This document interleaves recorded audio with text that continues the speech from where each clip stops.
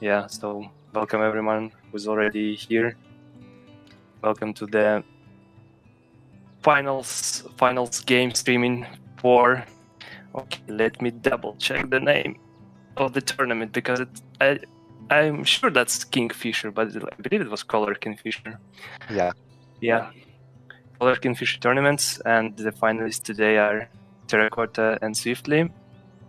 Both players are really strong, and both players have pretty similar stats in terms of tournament wins and tournament runner-ups places. So it's like one each for both players. So it's gonna be a really exciting game. I'm Alex. I'm gonna be your commentator for game one, and joining me here in the commentating booth is Lowfat. Hello. Good morning, good afternoon, good evening, everybody. Welcome to, I believe the Kingfisher knockout is the first Asia expansion tournament on the server. So it's been That's really interesting to see which birds have been popping out as like the must grabs or the popular. The meta is still being slowly worked out, and I'm really looking forward to this game. Yeah. What's also interesting is like the common flip here for the first Asia tournament is not so common, because when players flip, the winner decides either he wants to go first or he wants to choose the mode, which is like for Asia games can be standard or do it, and so the other player will get the opportunity to choose the other team which was not chosen. And so let me check for the flip, and Swiftly won the flip and chose the standard modes, and Terracotta is going to go first in game one. So Terracotta, could you please set up and send, and we will put players on mute. And good luck. Good luck, gentlemen.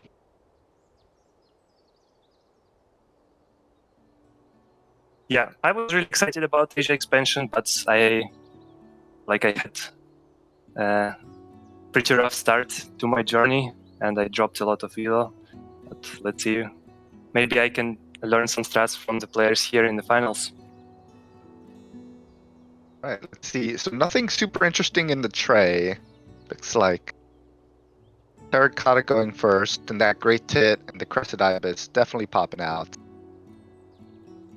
I gotta say that the bonus card, I mean, maybe I've been playing too much of just only Asia, but the bonus cards are kind of lacking in this expansion.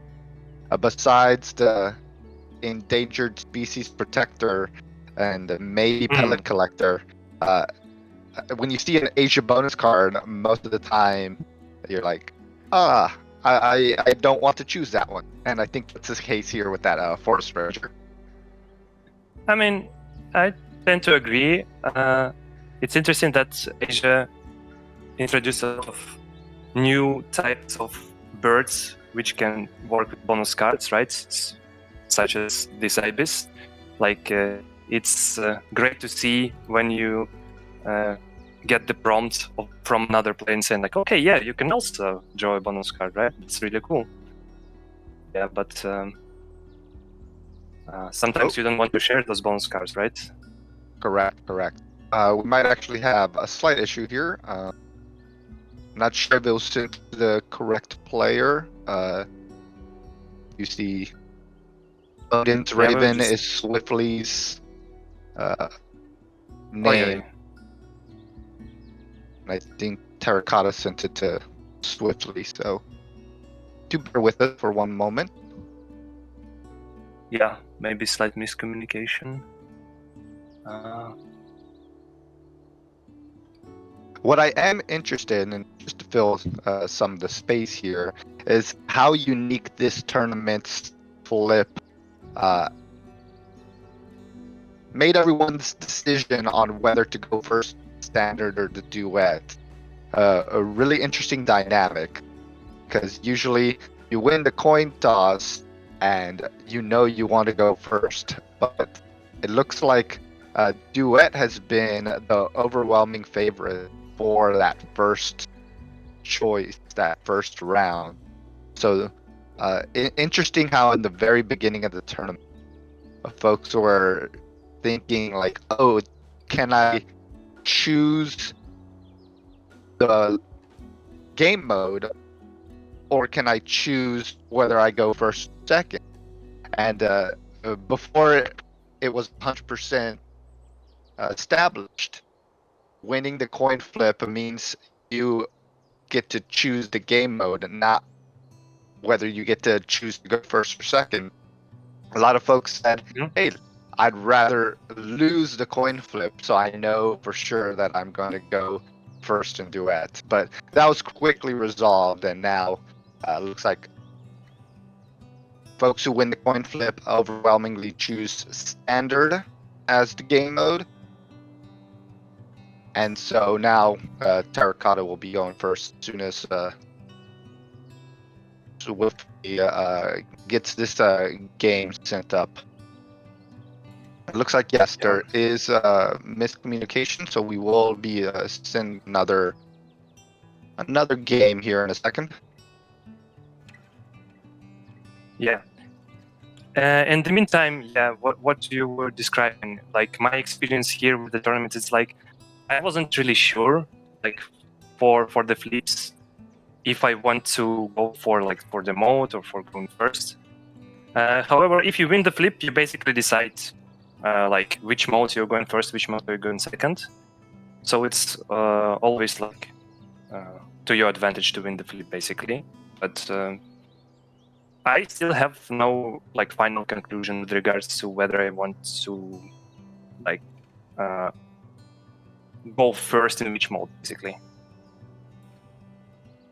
I agree. I mean, if I had to choose, because duet is such a unique game mode, right? It's, of course, being the first one to pick from the bonuses is fantastic, allowing you to pick up a card from the tray by playing down wetland bird. It's very powerful. But maybe, your opponent was never gonna, choose that.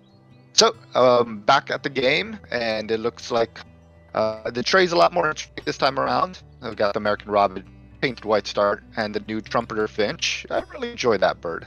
Probably not an early play. The hand, ooh, a white stork for Terracotta. Yeah. What are your thoughts on that rose pink parakeet? Is this a bird that it's very powerful, but is this a round one keep? For me, it's like 100% keep, I think. Again, partially because of the reason I already mentioned, because of the introduction of a lot more bonus card birds, which is like people tend to play those white powers which draw bonus cards, and so you can decide whether you want to go for that.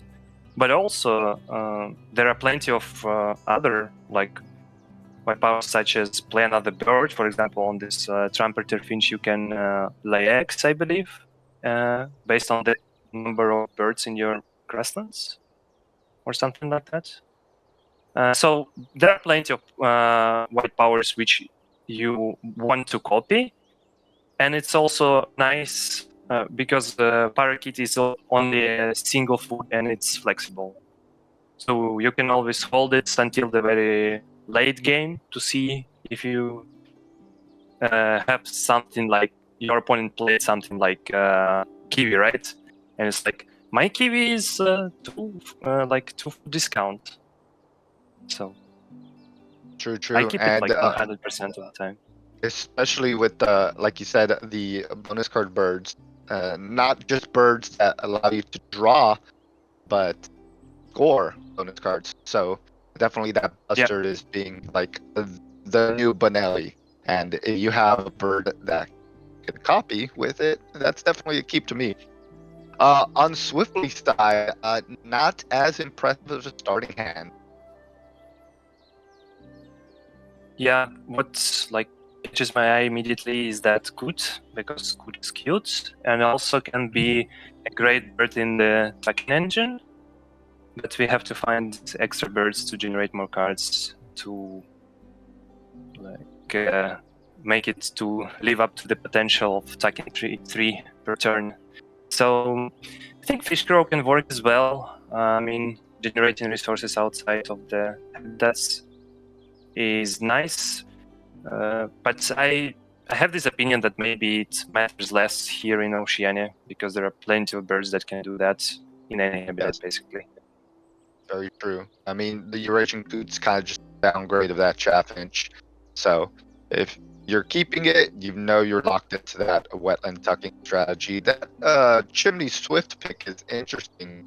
It does work with first in the round, but I don't know. Depends on the bonus card if I'd keep that. I'd have to be kind of desperate if any migration.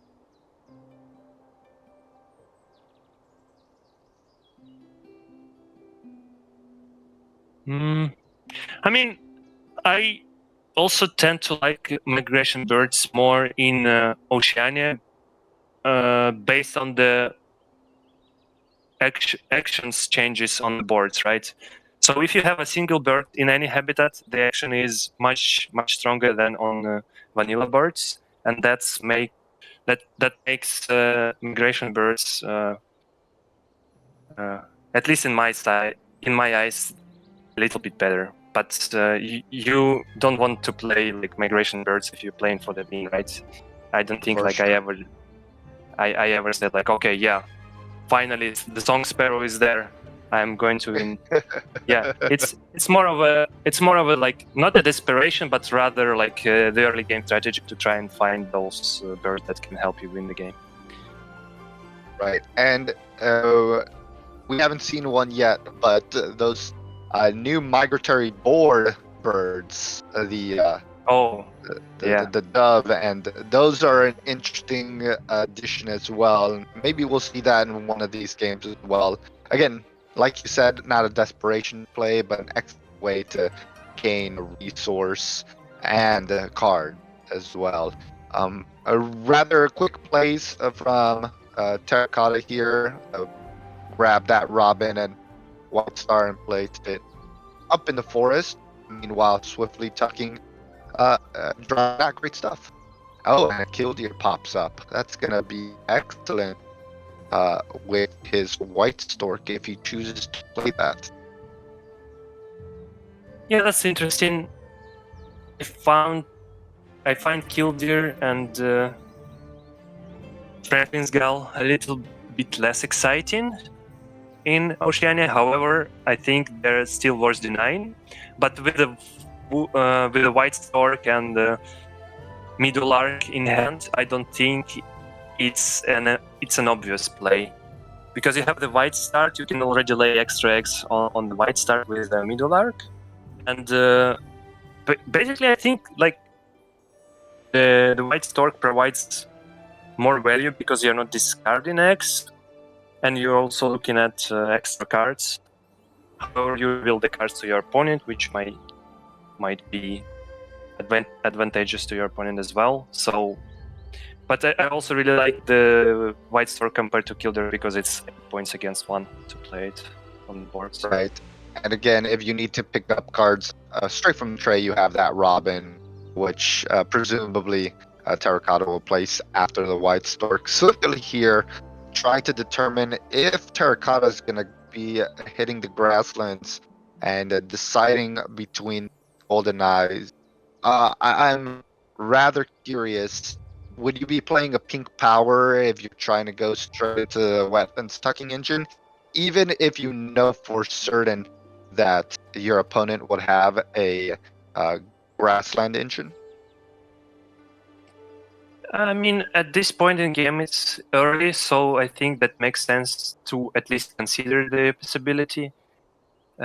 Particularly because most of the time when you build the wetland engine, you struggle with the eggs, particularly.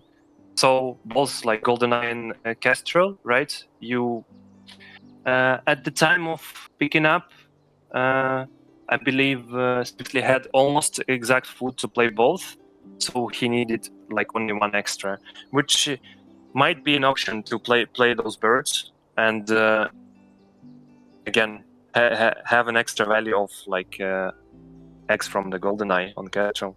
So I think it's worth considering, but he chose to go another way and play Tanager first, pick up some food maybe for those plays later. For sure, for sure.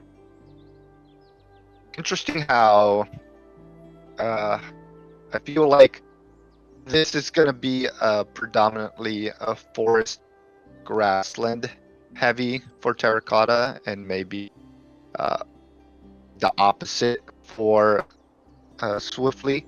It just kind of depends on if he can draw anything to support this wetlands of his.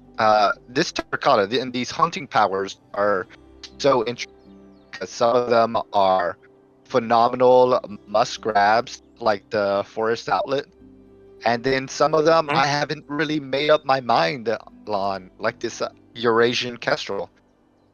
Your thoughts on which hunting birds are like a must grab and which are, maybe not as great? I mean, I really like those powers, though they are different in strengths, that for sure. And yeah, it's already been calculated that some of them are like great and some are not. So you can refer to the famous spreadsheet or such. Basically the chances or like the expectation of how many points you're gonna score based on activation from each bird. So I really liked the. Is it like some Kingfisher, which is trying to roll for fish? So 6 points to fish. And it's not based on the power of the activation, but rather it's a cute bird, and like the points are great, and then you will be satisfied when it hunts. Yeah, it's not based on the power. Yeah, I agree that the owlet is really, really great. I believe there is also a purple heron, which is like really cheap and really flexible and allows for a lot of activations and a lot of value because he tries to roll for 3 types of food, I believe, which is really, really nice. I believe it works really well in Wetland Engine as well, so who knows, maybe we can find it going in the deck further. Yeah, but otherwise, I think like the greatest bird here is the bay owl, because it activates all of them at once. You know, I have not had an opportunity to play with the bay owl yet, because it is a very powerful power, especially if you have those predators that you know are going to hit. The purple heron, fantastic example of what you Swiftly trying to find here. It just depends on what round of the game you pick it up. I guess if you went predator heavy, there is a reason to play it in the 4th round. Meanwhile, folks who have no predators or 1 or 2, maybe a 4th round, a 4th round owl play is probably not the best. But it looks like Swiftly is going to go ahead and lock in with his kestrel. Yeah. Question mark. There he goes. Yeah, I think that's fine. It. Yeah. Ooh. Yeah. Sorry, I put the streams on mute by default just to, in order not to interrupt my train of thought, because like I tend to lose some of my thoughts if I'm also hearing the trivia. But otherwise, yeah, I think that's a good plan. Partially because again, we played the Tanager, and now like we have to lay eggs at some point. So Kestrel, as the first bird in the grassland spot, allows us to not discard the resource for an extra egg, and then we play Goldeneye. We'll still have an egg on the board, which allows us to play the birds in any habitats afterwards. And if we want to focus on wetlands, we will try to find the birds to play there. And yeah, the value will grow as I think Terracotta will go for grassland heavy board here. Yes, and I did see the Brambling popped up, and yeah, if I were in Terracotta shoes, I feel like the Brambling and its cousin, the Twite, I don't know how to say that bird. Those are like must play for that first round just because of that passive uh, card drawing at the end of the round and not Yeah, requiring to have cards in your hand tuck. I think it's just such a powerful bird. Personally, yeah, a tier bird right here. Definitely playing that before the Robin. yeah. And it's really nice that there was enough resources to play it right before the end of round one. So we gonna generate 8 points of value, but we also cycle through deck. And also, actually, Bramblin doesn't specify that you have to tuck cards, unlike Twite. So, but yeah, most of the time, I think you will use the power anyways, especially when you have the board that can generate a lot of cards. So it's really nice. There was like Buick's Ren and Bardal, which was not to Terracotta's liking, so 2 extra points here. Ooh, Created All Ibis right. is back. Swiftly draws the Hornbill and the Snow Bunting and a Brown Falcon as well. So we'll see if he decides to expand this wetlands, and he might just do that as he not tuck anything on that coot. Yeah, I mean, Snow Bunting again here. You're in position that your opponent doesn't have any attacking birds just yet, but you have to pick it. Again, assuming that if your opponent is building a grassland agent, at some point they will have the attacking bird in their grasslands. So Right. And now, yeah, it can is also help you, Robin right? or the Killdeer gonna go down? Yeah, because if you know your opponent's got a painted bunting, you gotta have multiple tucking birds to make that worth it. Otherwise, you're just giving your opponent that free tuck and draw. Yes. And I think, yeah, compared to Goldfinch, right, Bunting is infinitely better in that regard because it cycles through deck, and now we are like kind of struggling with good options on Swiftly side. So I think it is in Terracotta's interest to maybe delay the Robin or maybe give up on it even. Not sure Yeah, just yet. gotta find more stuff because with that golden eye, with the potential snow bunting incoming, that is a point counter for that grassland edge before it's even really gotten off the ground. But it's still going to be a minute before that snow bunting arrives swiftly with no food and no eggs. So maybe take advantage of this in between period for the Robin. Just straight send it. We will see. Oh, and it looks like Terracotta decided no thank you to the Robin. Does not want Yeah, to give Swiftly 2 free points every grassland activation. yeah, that's fine. I dig that. I mean, you dig through deck and you dig the decisions.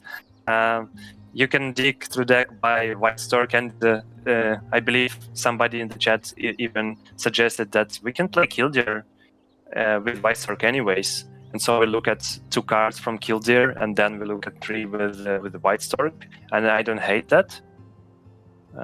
It's a really great cycling, and since we have a great forest already, because we can discard cards for extra foods, and Painted White Star is a pre-grab by default.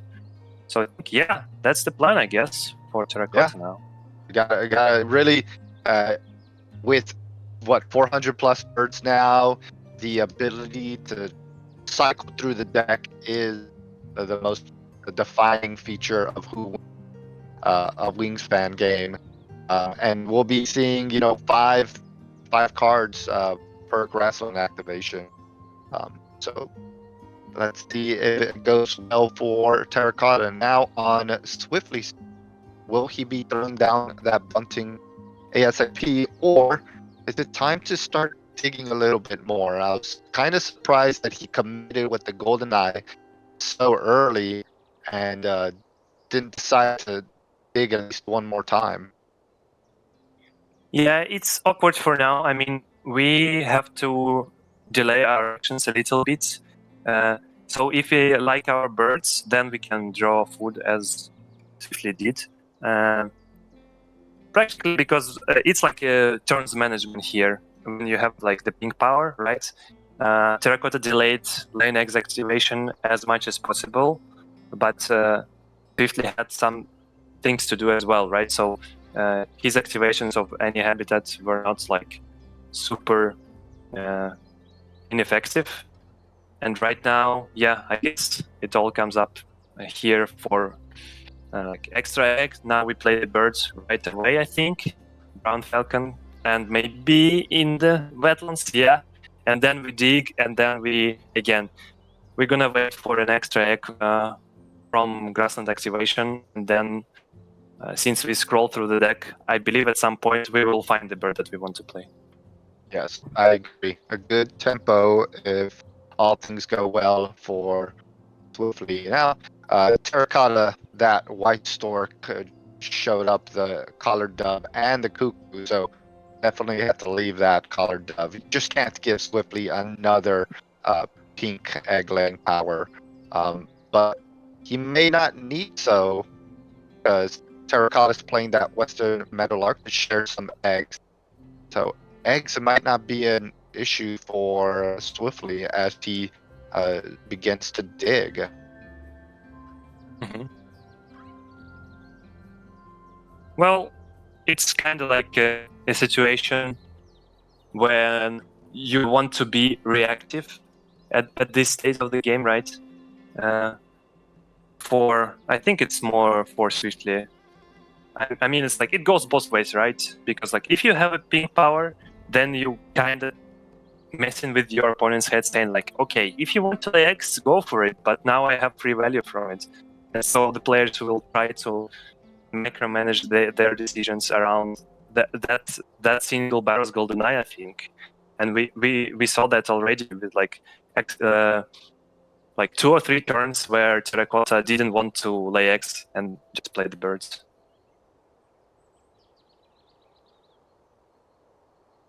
And right now we're digging for options, right? So Yeah, because if that brown falcon hits, if he's got enough cards right now, this wetland, 4-point engine. Meanwhile, Terracotta potentially can play up to 4 eggs, 2 extra with the Meadowlark, but yeah, subtract 1 here. And that's a 5-point engine, really 4 points, give it away the egg. So really, both players here are looking at 4-point engine. Just I guess it's whoever finds the better card. And speaking of better cards, there's that great Indian Bustard that we mentioned at the beginning of the game. That to me really yeah. feels like the new Benelli. What do you think? What do you think, Alex? I think, well, yeah, Bonelli's value definitely went down a little bit, I think, with Asia, particularly because you want to play a lot of birds, and Bonelli basically eats your birds from your hand. And for bastards to work, you would have to have a good bonus card in your hand to score it, right? And sometimes it's like dependent, but I definitely think like it's a really, really bomby card because it's like 6 points by itself, and then the extra value comes from your place, from your luck, from your bonus card. So yeah, it's definitely a late game play when your opponent, like basically when you do you want to see your opponent play it? I think like it's like 100% times no. So it's like it's a bomb then. True. And then again, if you have the parakeet, maybe you do want to see your opponent play it. You can go ahead and copy that power, but that's not going to Yeah, be in the cards for Swift today. Still drawing, still trying to see something to expand that wetland, give him some points. Looks like we've got the common tailor bird and the great hornbill popping up. Really not birds for his strategy right now. And Yeah. As we're nearing the end of round, he's gonna have to make a decision sooner rather than later on what is he using this nectar for. Potentially a big point play with that hornbill, or again that snow bunting. Just depends if he wants to scare away Terracotta from any sort of tucking. Yeah, I think the hornbill might be played. Again, it's like similar to. I think it's really similar to Baltimore Oriole in terms of like how do I want, like how much do I want to play that bird? It's equal in points and costs, and power is quite different, right? But it can generate extra value for you as well when you want to go activate your forest. However, it's like a little bit of sharing, right? Because like all players can do the activation of your hornbill. So again, 50-50, but I would rather play like 9 points for 3 food basically than try to decide on whether my opponent is going to play the tucking bird and then I play snow bunting for nothing, because right now I only have 1 egg and I have to play it in my grasslands. I think, but we will see in a couple of minutes. Looks like we haven't really touched base on the end of round goals, which do kind of give credence to a grassland engine, except that third in the round goal. Just eggs are going to be all over the place for Terracotta. But with careful, killdeer management, playing some birds, some double plays potentially in the wetlands, those are very swingy goals as well.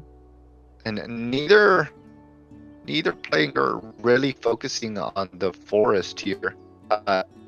Terracotta did keep this Keraru, very interesting. I would not be giving nectar to a wetlands engine, but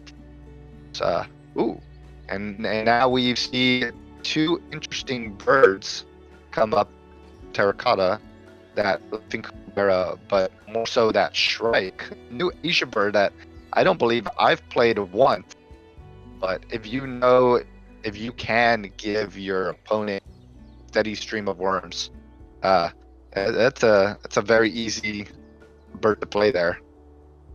Yeah, shout out to Giraffe for the Grab Factory engine and trying to make the brown Shrike work. Yeah, I think it's also like Shrike combinations, and you can add throw in the OG of sharing, the Phoebe, right?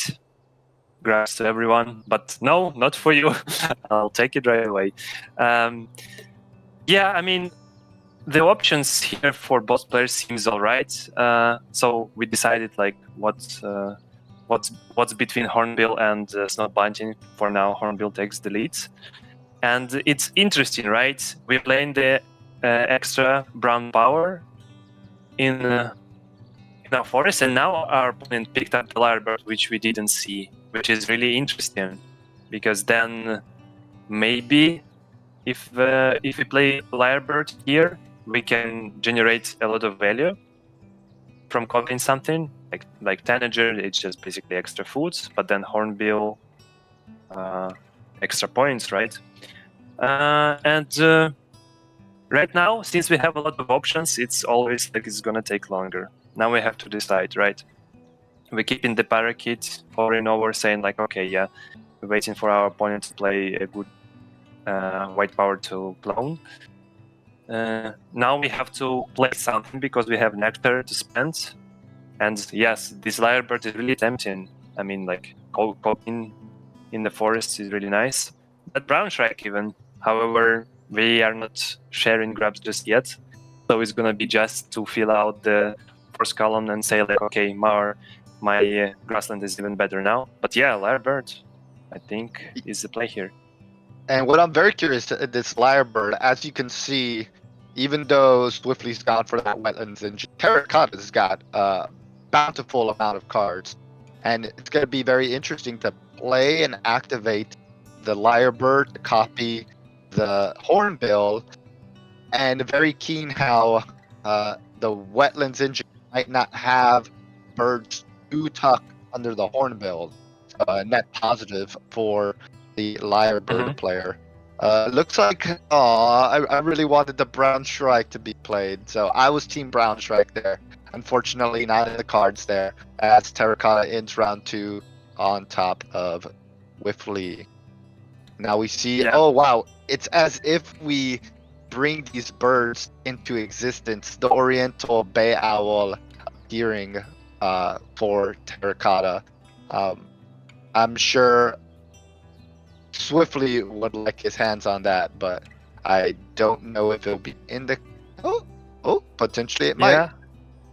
Yeah, I think it's not in the best interest of Terracotta to maybe try to deny it, because it seems like it's not a great value right now. So you play it, you only get 2 activations on your Kestrel and Falcon in the end game if you are to play the Baal.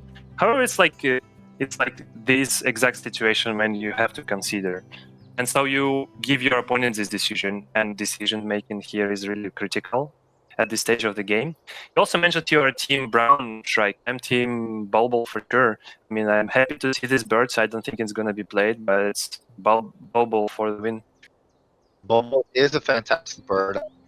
It's just you got to think about this in the round. The egg constraints, only 17 egg spaces for Terracotta. So we'll see if she ends up going down. What is curious is popping that tanager to get those cherries. Cherries are kind of making a comeback in Asia, especially because you have these birds that you require cherries. It's not the bulbul, or maybe it is, that you need that cherry in order to, tuck a bird, lay an egg. So it's just curious how cherries, once considered a food that nobody wants, now being a must-have. And Yeah, cherry, the bulbul works well with Terracotta's bonus card as well. yeah. So we have viticulture, it's really nice, but also again mentioned in the chat that if we copy Lyrebird, then there is a value with the Hornbill activation, right? I believe you want to pick up more cherries then. So if you keep the cherry, then you can decide whether to discard it for points with the Hornbill, or like keep it for Bulbul value later. Bulbul, I believe it's 5x spots, right? So It is also 3 egg helps. spots. 3. Okay, yeah. It helps with capacity anyways on the board, which is really heavy grassland focused. So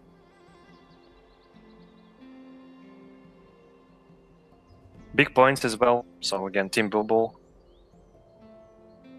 All right. Looks like Swiftly is gonna go ahead and guard that Bay Owl, and just as predators go away, new predators pop up.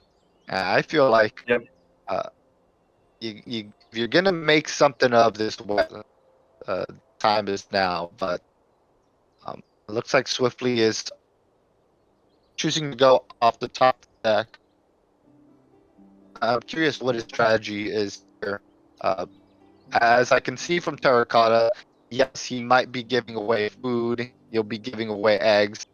So it's really about, finding some really good engine birds. Although we do have about 9 turns left in the game, so perhaps it's time to start, shifting to another location, as this wetland is still only generating 4 points, and that's if you tuck every,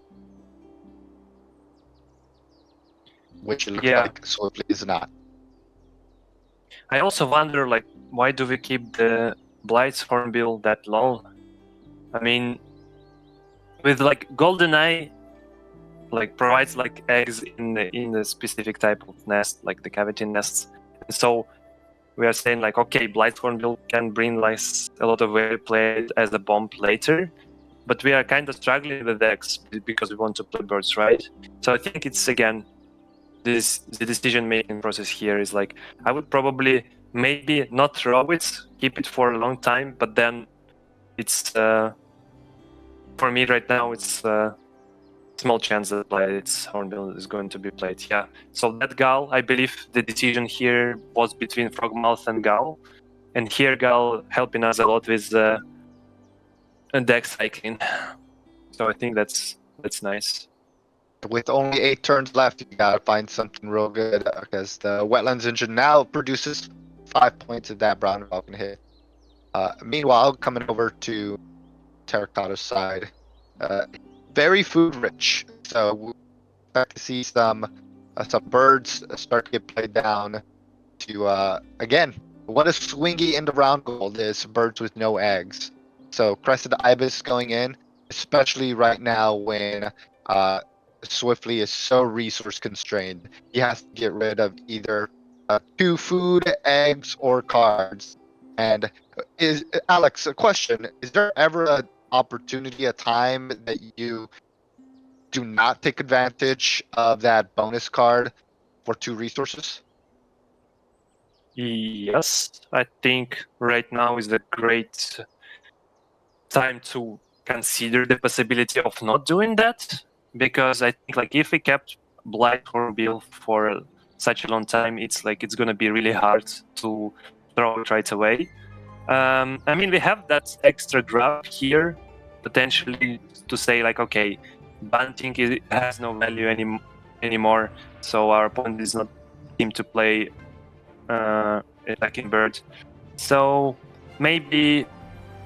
I think in this position I would take it, and I think there are some positions when you skip discarding the resources, but I think they're like very rare. I think for 2 resources to see a bonus card, like even you're looking at 2, right? You look at 2 and decide which is better. So I think it's really nice. Okay, good ones for good choices for Looks both like players Terracotta actually. had Platform Builder and ESP and decided to go for Platform Builder. Meanwhile, a Ethologist for Swiftly. So 2 4-point bonus cards. And that's kind of how we do see that you play this Ibis and you get a crummy card versus your opponent who gets a fantastic bonus card. So it's interesting that both players got 4 points there. And speaking of all that extra food that Terracotta's been just storing, you forget that Collared Dove, even at round 3, round 4 play, that's a potential 10-15 point bird. What a great finds here. But I mean, they're also great in terms of excitement of the game, right? Because we found the Kiwi to discard at Wildlife Gardener and get you want to discard it? No, yep. I think like Emerald Dove, which was discarded, is actually a really, really great bird. In the early game, it brings so much tempo when you play like two birds, cheap birds in the forest and the wetlands, and then you play this Emerald Dove, and now you're so in the lead, right? Oh my god, so many great options now coming up for. They always come at the end. Yeah, the Goldfinch is fantastic, and I agree that Kiwi, I think, again, we're speaking it into existence. Kiwi's going to go down to get rid of Wildlife Gardener, and that Parakeet is still an option for Terracotta. Hence, why Parakeet is such a strong from the beginning. and what's also exciting is that Terracotta is going last. I think like Kiwi is gonna be on the board anyways, but if it's the very last turn, then we're gonna have a really exciting last turn, because I think Terracotta is going to be prepared to, I guess, throw away the plan of playing the Parakeet, not necessarily the card. But then if you see like the very last turn that your opponent played the kiwi, do you take it? I mean, like, do you take the opportunity to play the parakeet and copy it? I think, like, again, I would go for that. It just For depends sure. on if you have any crummy bonus cards, because you don't want to be throwing away, 6-point bonus cards at the very end. Again, it's just it all depends, and Yeah. you kind of see, food kept at the very end. I mean, with this end of round, that's gonna throw a wrench. You never know. Oh, are they keeping the food for a end of round play, or are they keeping food to try to, win this end of round gold? So, Mm-hmm. especially with this Eurasian collared dove, right? You can be flexible Yeah. on that. Drop as many food as you need Ooh. and still win this end of round gold. And again, I'm right still, now, right now, adding to excitement. Very bad reroll for Terracotta, actually. So no nectar, no nothing. And now we have to find those cherries, right? To play the ball, to play the parakeet later for that viticulture list value, right? I mean, yes. now we have to go. Oh my god! Again, all the Oh good cards are at the bottom of the deck. It's somebody shuffled it wrong. yeah, or This is maybe the right. opportunity. Oh, you're right. This is the time whether we decide, okay, is it time to get some food and play some big bombs, and then over on Terracotta side, as much as I like the Blue Bowl, uh, again, it's just balancing out whether the Blue Bowl finishes viticulture list or if the Bustard's gonna maybe give you something better. And you just never know. Does your opponent have a good bonus card? So it's gamble right there. Oh, excuse me. No, Bobo. Yep. Yeah, Okay, yeah. there they go. So it looks like Bustard is gonna be that keep copying. I assume platform builder in this scenario for 4 point. Unless he can find another bonus card bird, which feels like Terracotta has committed to the Bustard and Parakeet play. Yeah, I mean, even Parakeet is like not the commitment anymore because our opponent doesn't have the white power to copy just yet. I mean, again, in terms of effectiveness, discarding the Bulbul and keeping the Bustard is right. But in terms of what my heart says, it's like, okay, very wrong, very wrong. All right, and that mannequin, I was just thinking about earlier how throwing away the Finch is an excellent counter. Playing the Finch is an excellent counter for any parakeets. You play that mannequin and play your white power at the end of round goal, at the end of game. So if no white power comes down, it looks like the parakeet just been hitching a ride in Terracotta's hand the entire game.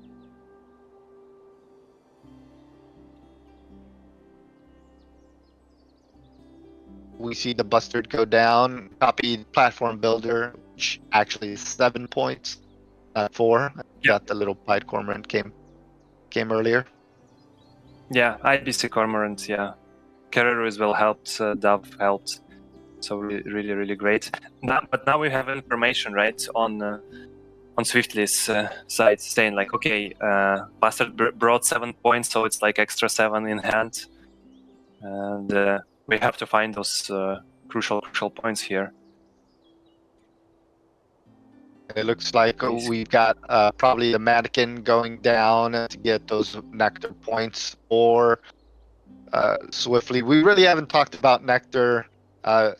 Looks like Terracotta's been dominating on that bit, but always a consideration towards the end of the game. Yeah. And again, with this end of round goal, potentially gaining food here for Terracotta is not a bad move. You can swing that nectar or at least tie it up, depending on if the bird feeder wants to cooperate, which it has not. Yeah, I mean, there were some pretty unlucky rerolls, but throughout the game, most of them were nice to both players. I mean, Terracotta had the heavier forest, so naturally he gained more nectar, and so now he's in the lead for 2 out of 3 habitats. And he cannot win actually the wetlands unless we want to do a very inconvenient turn and just draw cards and discard the nectar. But I mean, it's not gonna happen. And with okay, be careful. Mannequin. Yeah, Interesting. mannequin to play that nectar point in the in Swiftly's grassland, so he at least scores there. And now for Yes. Terracotta, There's again, nothing to he's got- copy. Yep, exactly. That parakeet. Oh well, it's been nice, been a fun ride. And 4 points. Again, this is a 5-point engine. All said and done. I wish he had potentially not grabbed as much food. I feel like a lot of food going to waste here. These turns Not could have exactly. I mean, the food is gonna help with the end of round, right? Anyways, so you Yes. will make sure that your opponent doesn't have more than you in any case with that color duff, right? So I think it's fine. I mean, some of them went to waste, but you can make an argument that it just helps the last end of round to win. Right. Final cards coming from the Brambling and nothing interesting, and then all of that extra food, +1. So looks like Terracotta will secure this end of round, and I'm curious to see what big bonus cards come out for the Kiwi. I've been, burned by this team, so we'll see. We will see if this swings the game one way or another.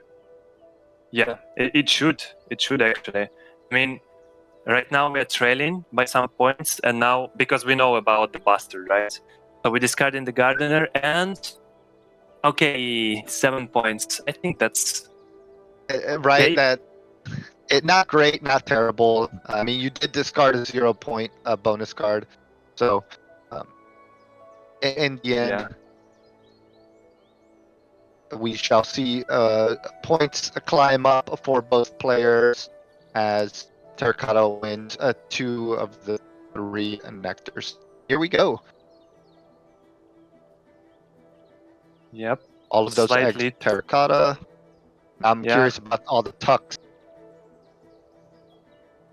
Oh, a much closer game than expected. 123 to 111. Terracotta winning. That is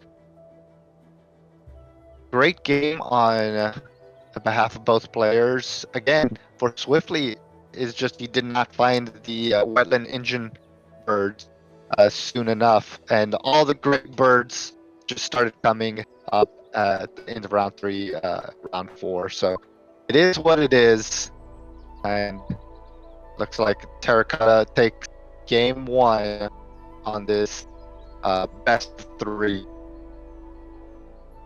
Yeah, very exciting game actually. I mean, both players did their best, and the plays were really exciting. And nice to see really great show of class of players.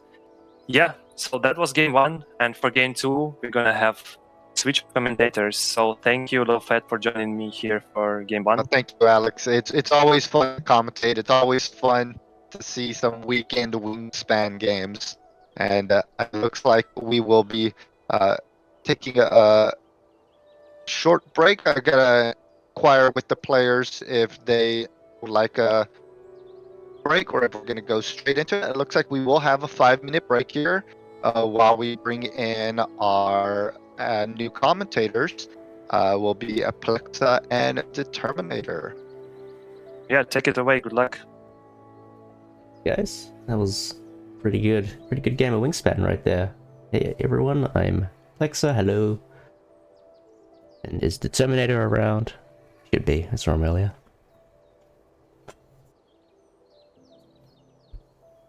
If you were saying anything to Terminator, I can't hear you. But yeah, that was a fun game of Wingspan. Lots of fun decisions there.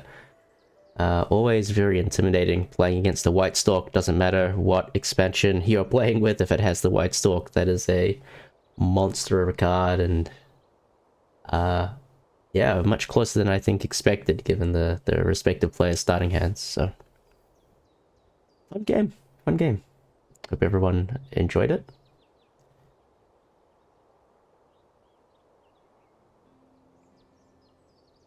How are you doing, Terminator?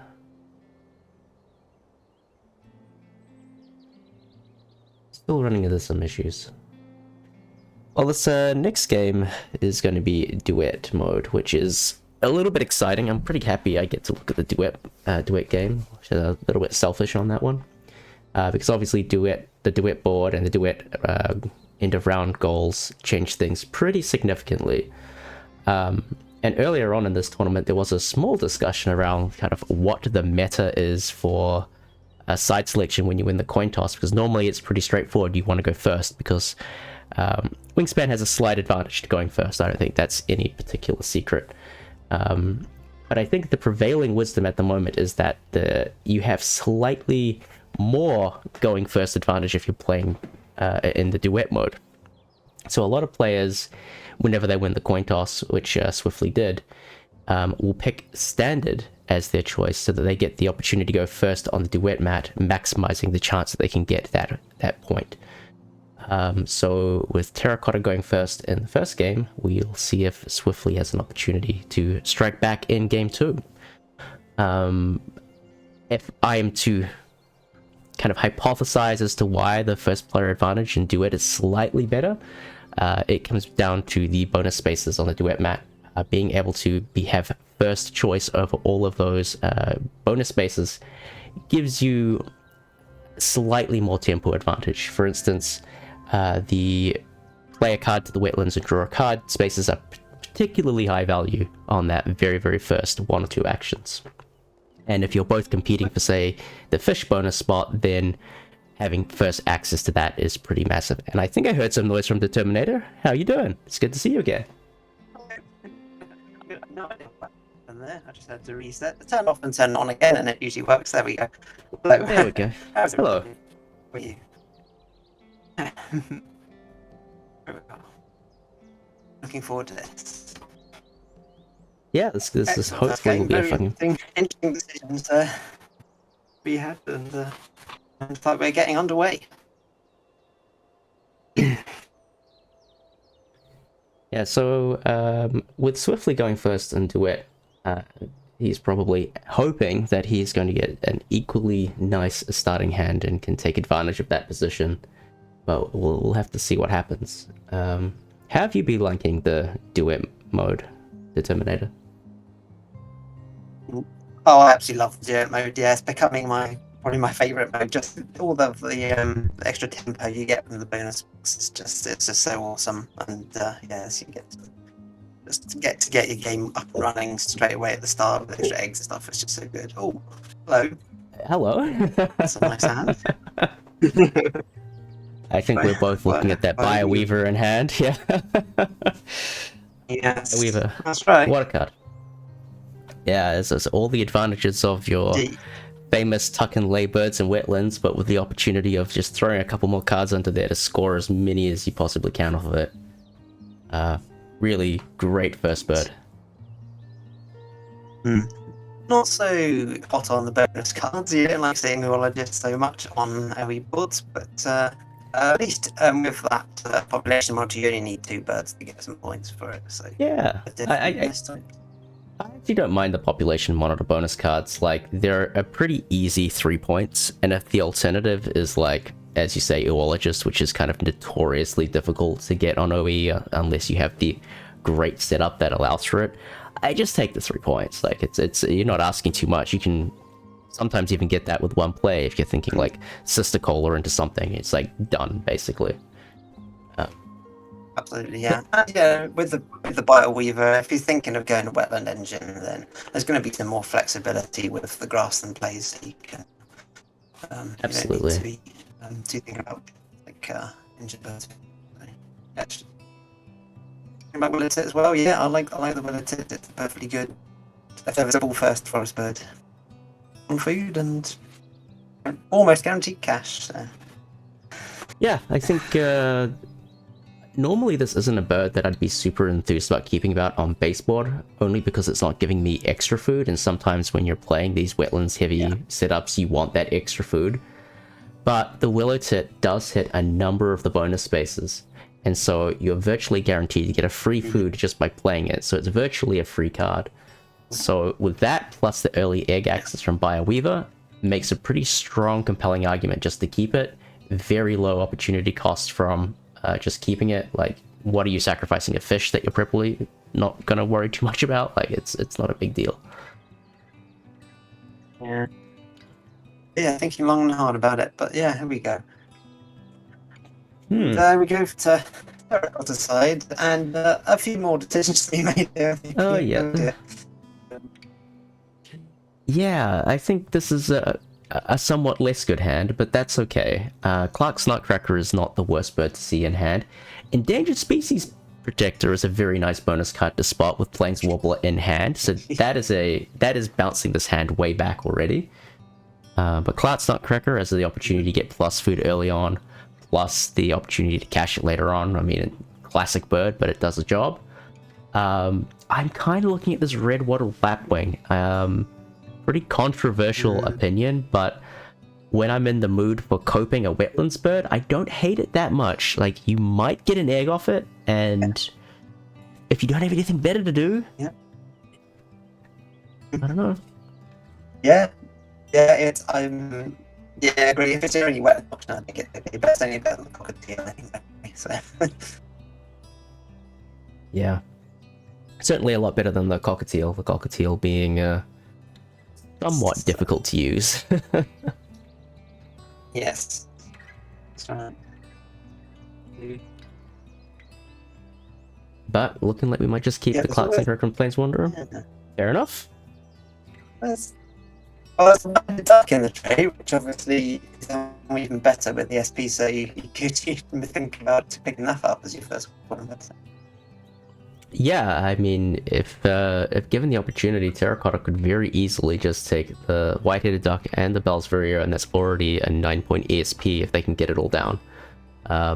Which is just compounding value, because then again, each of those bonus birds will then give you more bonus cards to score points off of, so it's a pretty clear game plan, and that's why this Clark's Nutcracker is actually quite interesting. It's that the ability to get extra food just helps you get all of these extra birds down, for lack of potentially being able to build out an engine, which we'll probably see on Swiftly's side. So, yeah. And if I'm Swiftly, I'm not looking at those bonus cards to pick up.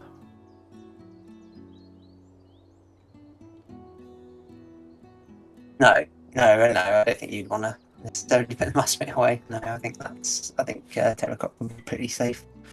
And, I think maybe you can. The duck.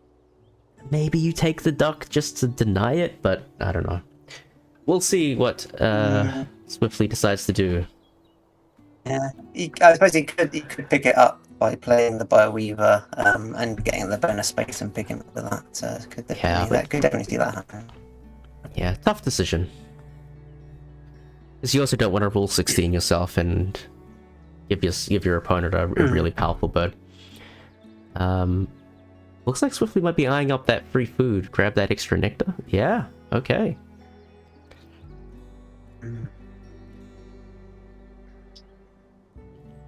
That's an interesting play. I did not expect them to go this route. And taking the nest space, which qualifies... Yeah. Oh, yeah. Yeah. Interesting decision. So, with the end of round goals, the loser of the end of round goals goes first in the next round.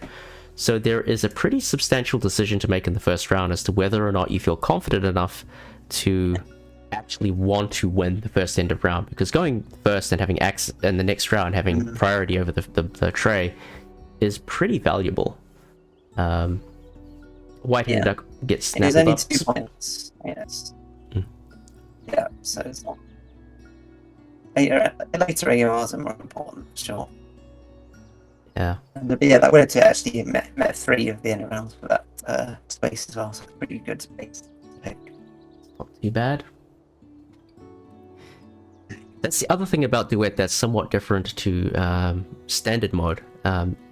You are kind of playing all of the Duet goals at the same time because they're all based off of where you play your birds. Unlike base board where you might, unlike base goals where you have like eggs and things like that, so there's a little bit of chaos involved in that. Actually playing everything at the same time, you really have to think about carefully where you're placing your birds, and then you've got to think about token connection, so it really adds a lot of decision making very early on in these games.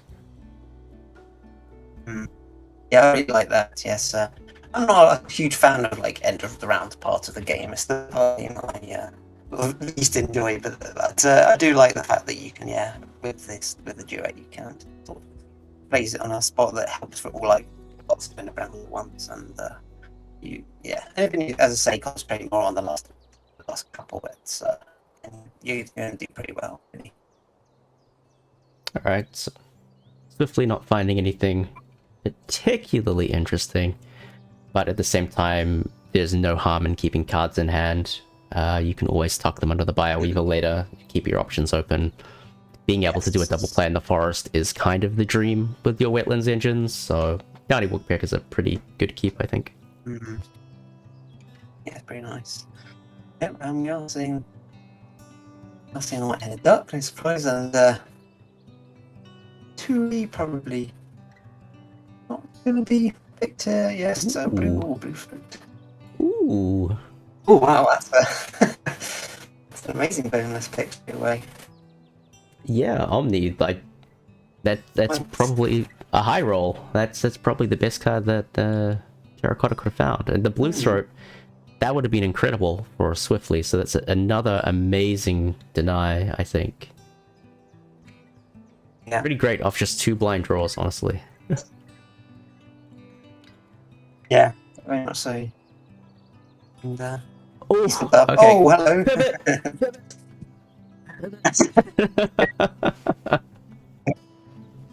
Potentially. Alright, these are the worst games because you have the Raven and now you feel like you need to win this game, but you also have the Bioweaver, which is an incredible point scoring bird, and you have nothing to support your Raven. Absolutely nothing. So what are we doing? Yeah, these are the big decisions that separate like the very top players from like the more mediocre players. I think like myself, I think the decision to what to go with, you've got like multiple like good options in hand for different habitats. How do you go about it? Do you keep drawing? Do you keep drawing, look for sub support for one or the other, or do you just go for something early and hope it works out, hope something comes up? These decisions are massive right now. Yeah. I mean, just to compare and contrast, if this was the common Raven, this game becomes very straightforward. You just chuck that guy in the wetlands, put the snorkel and goggles on, you go swimming. But because it's the Chihuahuan Raven, and it can only go in the grasslands, now we have that really interesting decision being forced, which, as a spectator, I'm very happy to view. As a player, I'd hate it. Yes. Yeah, yeah, because you can just choose to like not use the Raven sometimes, so you can get an egg, and then if you had the common Raven, that is, just got I've rarely used the wetland Raven, but yeah, I definitely. I love a good wetland Raven. He rarely comes up. It's just like, yeah, when how often do the stars align when you have everything kind of going for you? It's not every day of the week. We do get a trade reset, and Great Hornbill shows up again. Yeah. Lowfat's friend Brown Shrike comes up, but probably not gonna. Yeah, this is a bit tough in here. this game, but yeah. I think you probably blind draw twice here. I mean, the Hornbill is really strong, but it's really not what Terracotta wants to be doing right now. They're not going to have excess cards. They're gonna take it anyway, probably just to deny it. It is a big point bird though, which is nice. It's definitely better than the rock pigeon, so I think that's a win there. Yes, for sure. Yeah, we don't want to be giving eggs away. I mean, they've got quite a wee, but eggs is the problem though for Terracotta here. So it's not awful the rock pigeon when if he's already got egg access. But yeah, it's Yeah, I guess that's a rock pigeon. A little bit of a controversial bird, I guess. Not being worth any points means it's inherently not very valuable. But one activation in the grasslands with it in it gets you all you need to fill out a row to the fourth column, which is pretty powerful. In exchange, you give away an egg, but as you rightly point out, it's not like Swiftly's going to be short of eggs this game with the Bioweaver and soon maybe the Raven. We'll see. maybe. Like, it does get to the point where you're looking at the brown strike and going, I wonder if I can make this work with my Raven. Yeah, I mean, I was thinking that even with the peaceful dove, but that's probably madness. Yeah. You need more food access than that. It's like a Work. really Use discount second house Raven, sparrow. maybe. Yeah, second Raven or... yeah. Oh,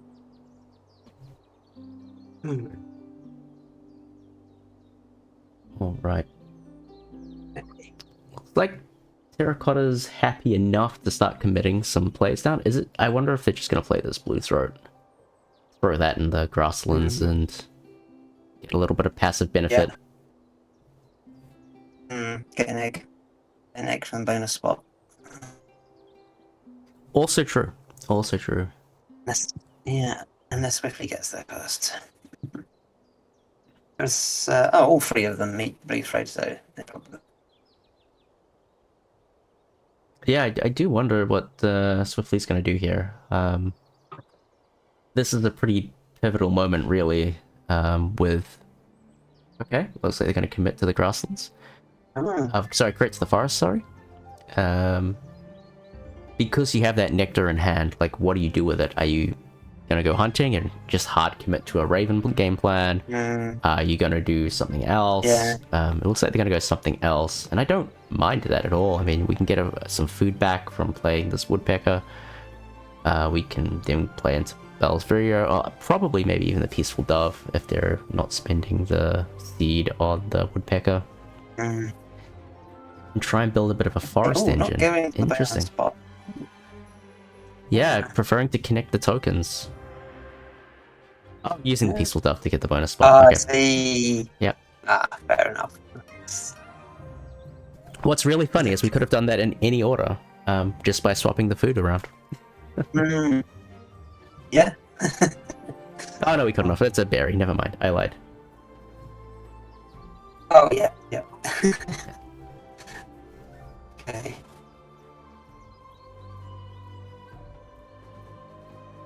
All right. And yeah, Blue Throat going in, get a free egg just by playing it. These egg bonus spots are really quite incredible for speeding up the tempo of the game. I don't know what your experience is with them, but I feel like they help so much. It's like when you're playing someone and they give you a free egg, you're like, wow, this is amazing. I can do so many more things now. Yeah, agreed. Well, I certainly want to know who bought them, the most important for the spots. Alright. Submitting Bellsverio. Another egg, maybe? Yeah. Well, yeah, I mean, block it from your opponent at least, even though you don't need it particularly. Yeah, it's an interesting choice here because with Terracotta, they kind of have more control of the center of that duet mat. And Swiftly's kind of got the edges, if that makes any sense. So it's a bit trickier for them to place the token, because if you place it on the free egg spot, you do have to wonder how you're going to connect that around with everything that you've got going.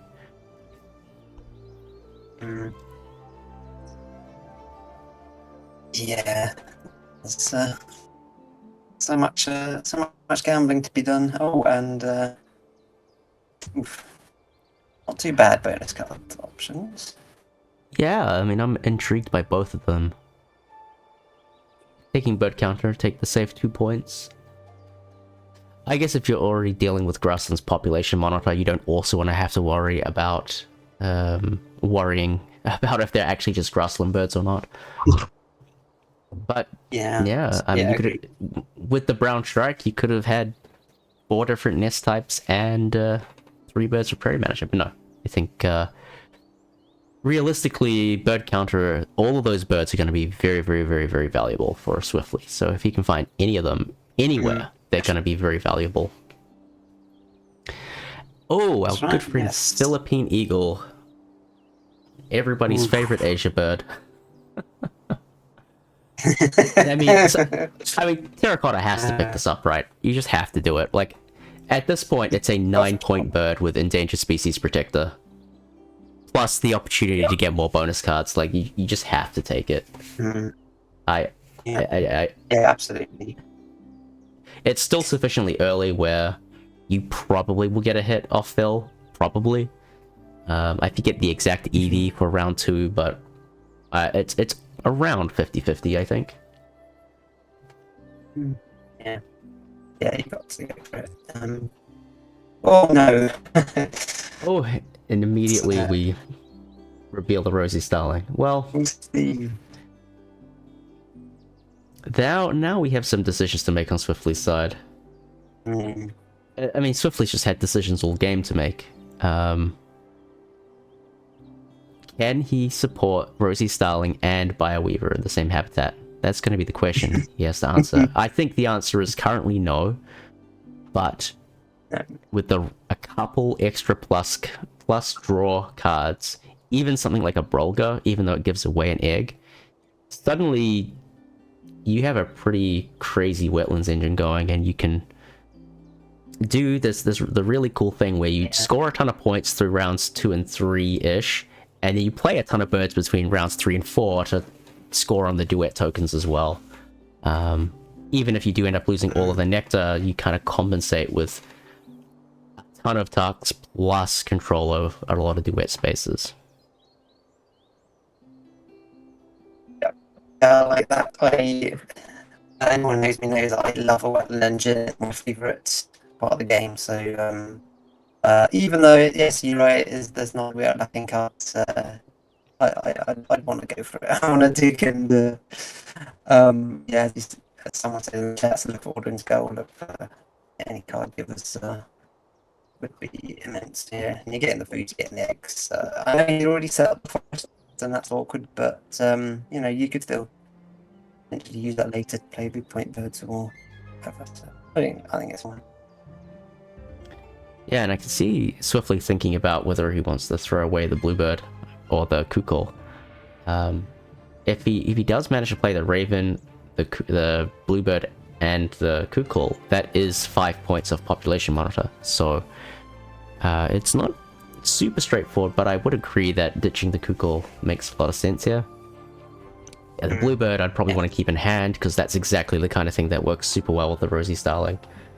Just, even though you end up overpaying for it with worms, it's like clearing out egg space on the Bioweaver, playing 2 birds, so getting more duet tokens. It's just like exactly the kind of thing you want to see. Black Woodpecker, alright, that's nice. Now the Clark's Nutcracker can become a point scorer. We're gonna have endless worms, bit of another worm party going on. I don't know, I'm a big fan of the Woodpecker. Yeah, even though it's not nectar, obviously, yeah, the potential just to pick up so many at once, it's just so immense potentially. And you just go start throwing worms around, like, we're gonna reset the tray, we're gonna grab some more eggs, we're gonna overpay on Philippine Eagle. That's just, worms become the omni resource. Yeah. Sure. And bye-bye, Raven. Yeah, we are committing. The Raven is going bye-bye. And truthfully, correct choice. It's very hard to ditch the Raven, because you know just how strong the card is, but it is, in this situation, the game is not giving you the pieces you need to make that bird successful, so you have to make the hard choices. And sometimes those choices involve saying goodbye to the raven. Yeah, it's definitely a potential trap for newer players. They see an AP bug come up and they want to immediately put it down and start using it. But if you've not got support, you can't. It's not necessarily the right decision. So it's good to see. Really wholeheartedly there.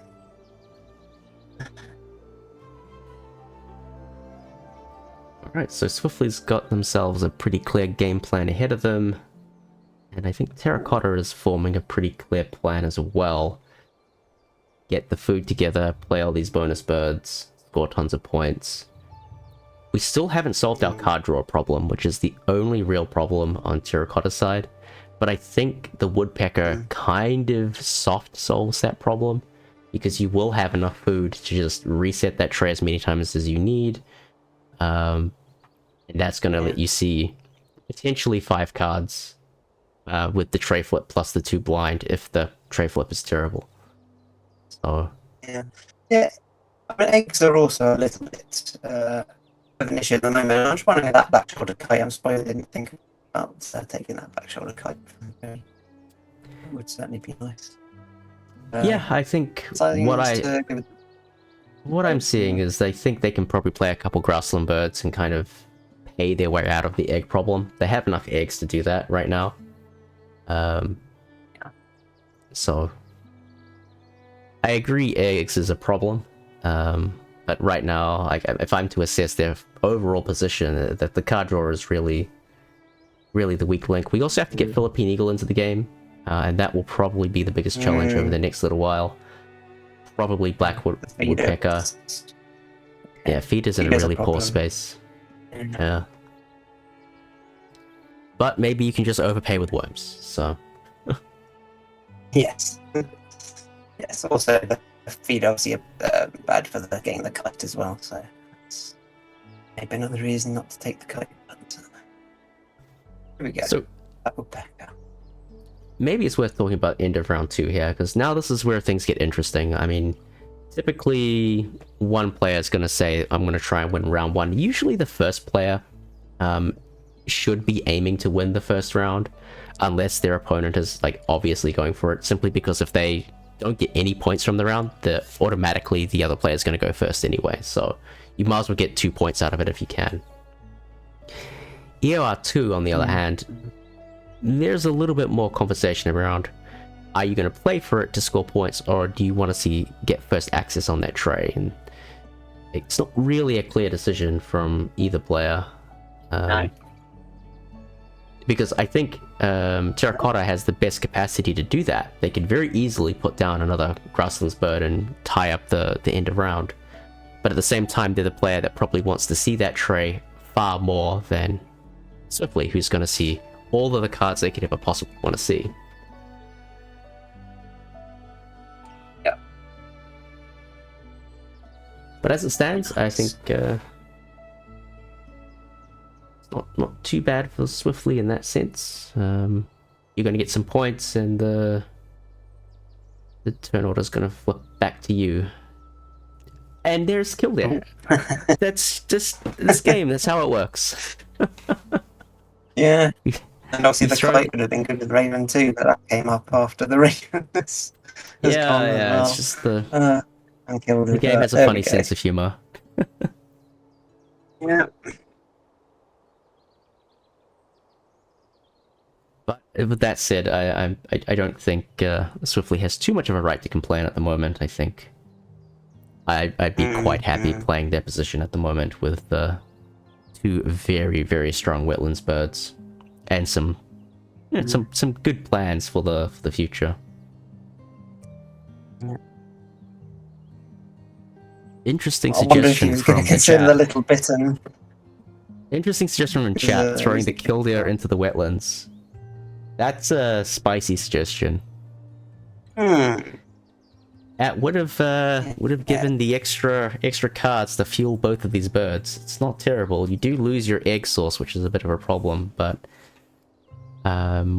when you're getting to the 3rd, 4th column anyway, those eggs are becoming a little bit less relevant.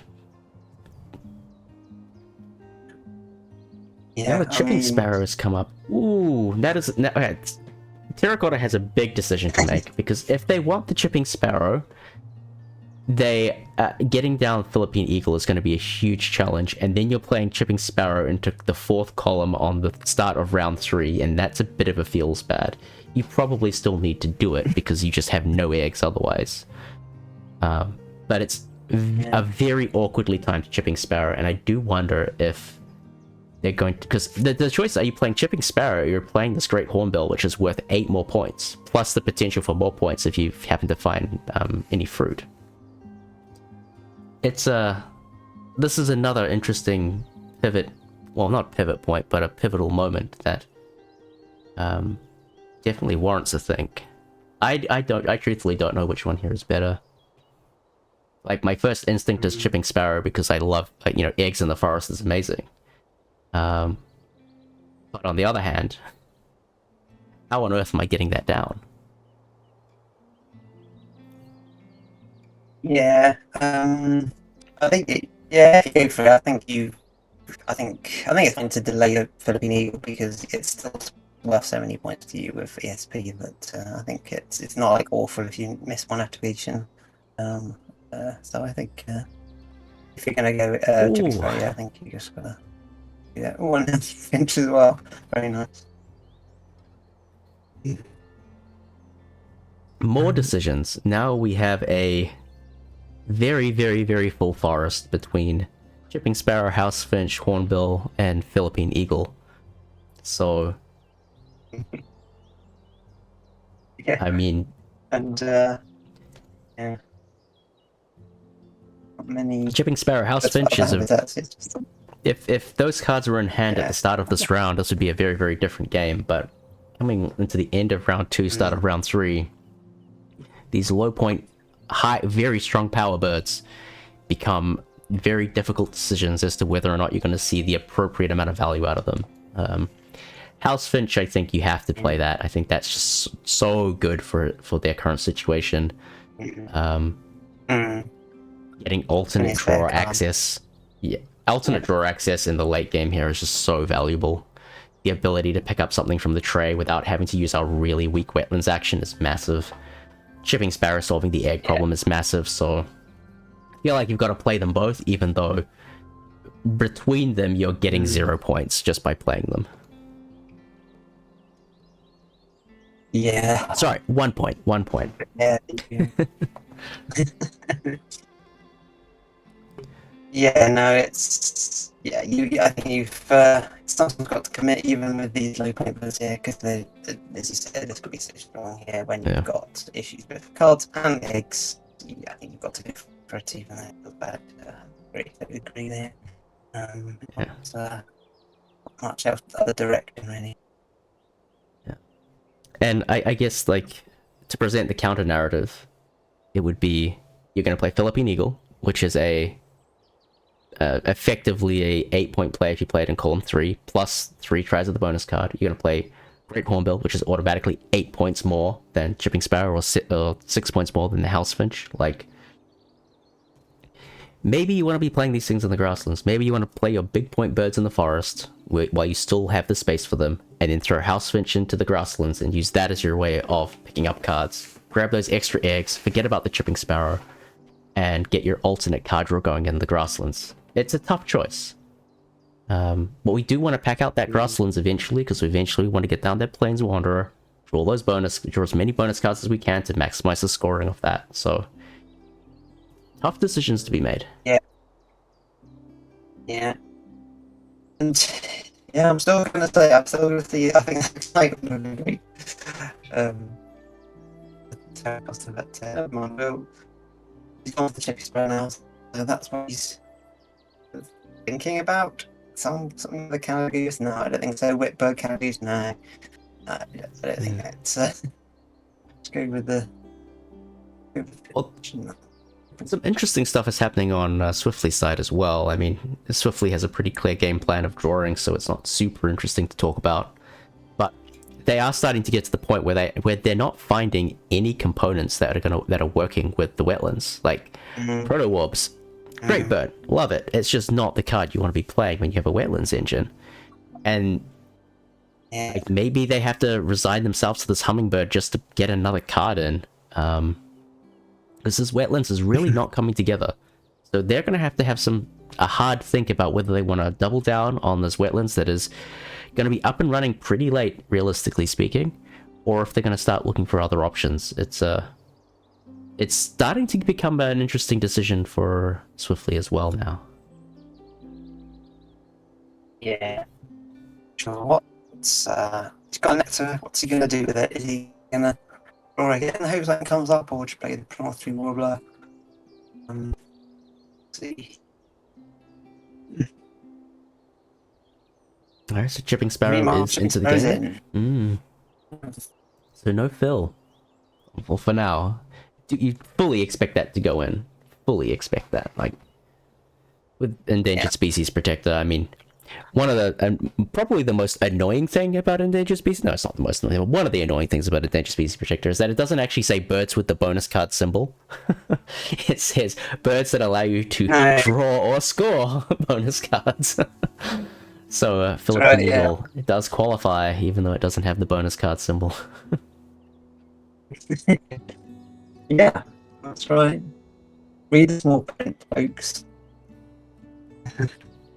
And okay, Coltet going into the forest for Swiftly. So that's the confirmation that they are, I'm going to say giving up completely on the wetlands, because it's still a pretty useful action for them, but making the forest a much stronger habitat. Yeah, I think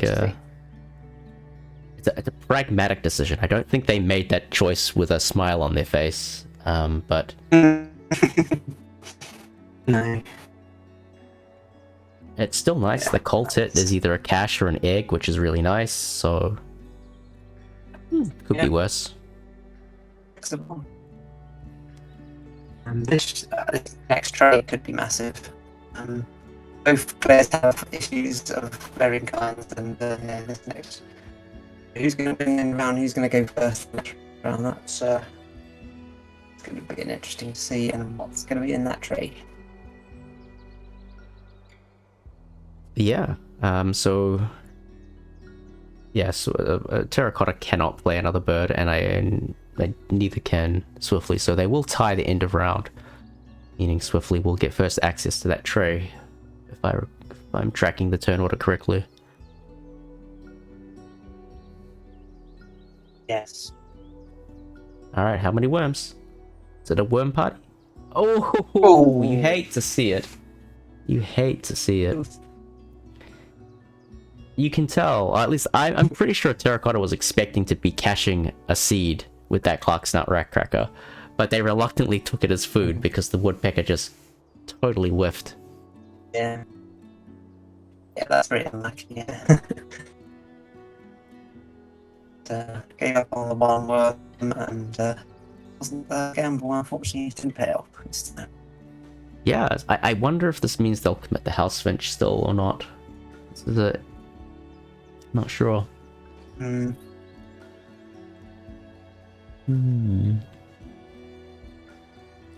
Meanwhile, I think Swiftly just probably will end up drawing.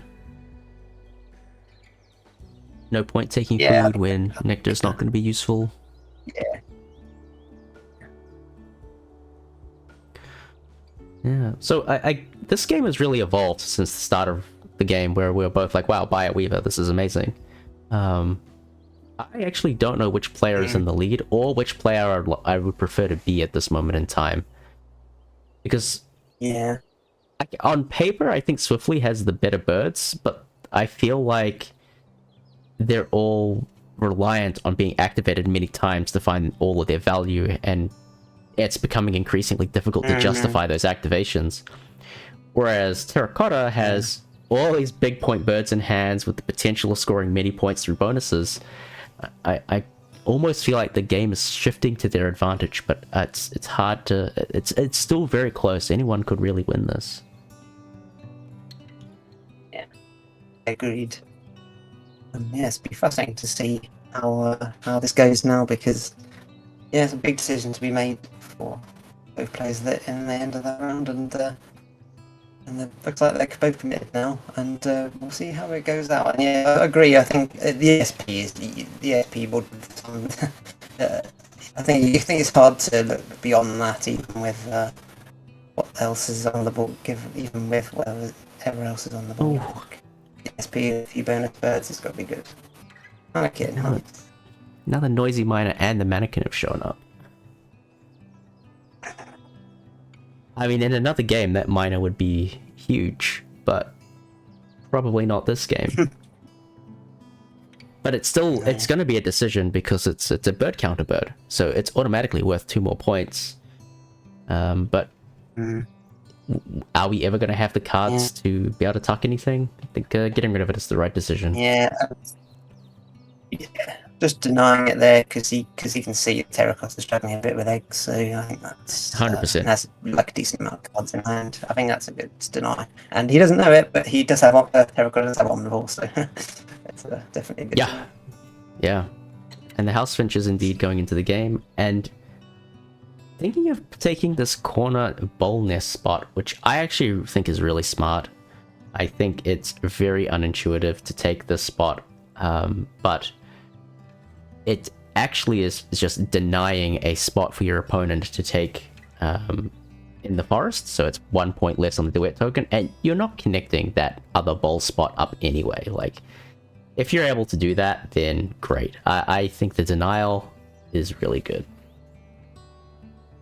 Maybe they changed their mind at the last second there, I didn't quite see, but... Yeah, I think they did, but that's fine. They did. Okay. I think the denial was interesting, or sufficiently interesting to do, but it's okay. I think Yeah. it is a decision. Like, whether do you think you can connect up all your tokens? It's always tough. A sneak peek at the scores there, and they're both much higher than I was expecting. I have to say, that's what Duet does, I suppose. Yeah, Duet with that accelerated tempo means it's much easier.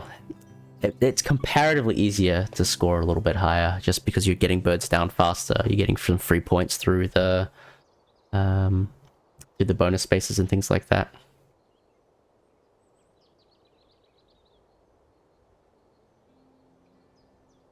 And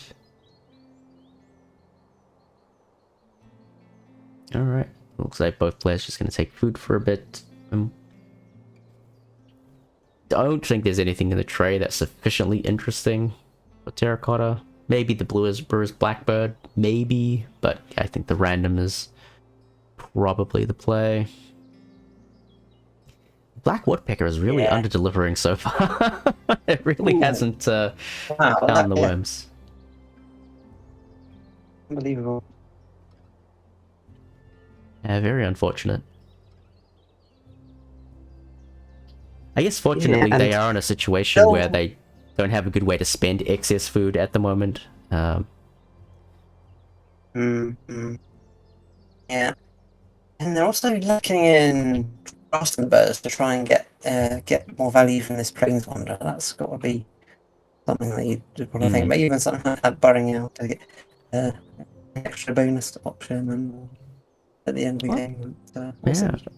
I'm kind of looking at Swiftly thinking maybe they want the burrowing owl, which, I mean, it just makes population monitor so easy to score. Like, they already have 2 star nests. Burrowing owl would be a 3rd. You just need to play a stick nest, a bowl nest, or a ground nest, or another star nest. And that's an 8-point bonus card right there. Brewer's Blackbird could do that. And they already have the food for it. Yeah. It has to be at least a little bit interesting. Although, I do feel like Burrowing Owl is really only a bird that gets played for its bonus card applicability. Yes. For sure. I would agree, yeah. Oof. 10% battery. Hold on, Swiftly's device. Oh, panic. Just a little bit long.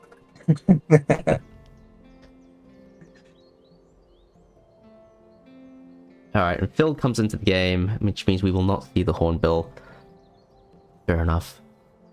Now that you've committed to the tempo of Sparrow and Finch, Hornbill really wasn't going to get an opportunity. But we got 2 chances to hit on Phil. So we'll see if Phil does Phil things. Mm.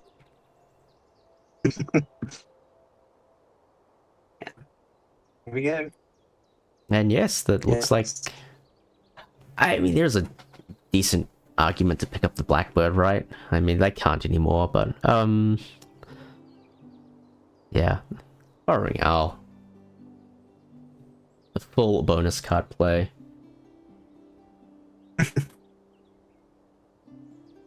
Oh, into Rule 16 in no. the Kiwi. Oh, no. Okay. Oh, wow. I guess the only saving grace here is that as Terracotta, I like both of my bonus cards, so I'd be pretty upset to get rid of either of them.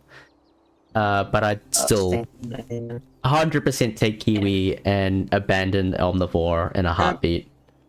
Yeah. Yeah, or you could just do the early Plains Wanderer, and it doesn't matter if it gives better. Yeah. Absolutely. Absolutely. Just, you get another try with a Plains Wanderer, and even if it pulls up like a very good bonus card, you are still pretty content ditching Omni. Even though Omni's generally a very good bonus card, but just the potential of the Kiwi is huge. But anything else, yeah, Omni in hand, and yes, I think that makes sense. Yeah.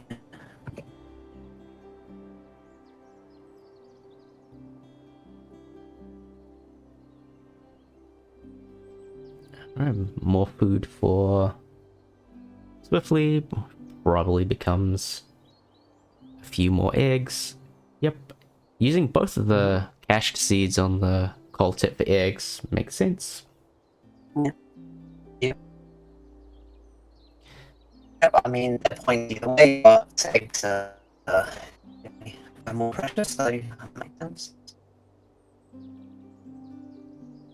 And then it looks like they plan to play the Prothonotary Warbler.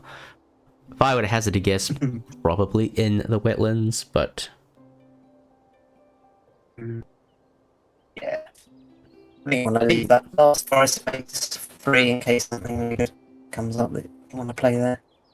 Yeah, and I think not having access to the tray reset space really hurt their searching ability. Yeah. And maybe you can take one or two turns taking cards, maybe with a tray reset to try and find that last piece. One more useful Grasslands bird to max out population monitor or something. That seems like a reasonable approach. Yeah.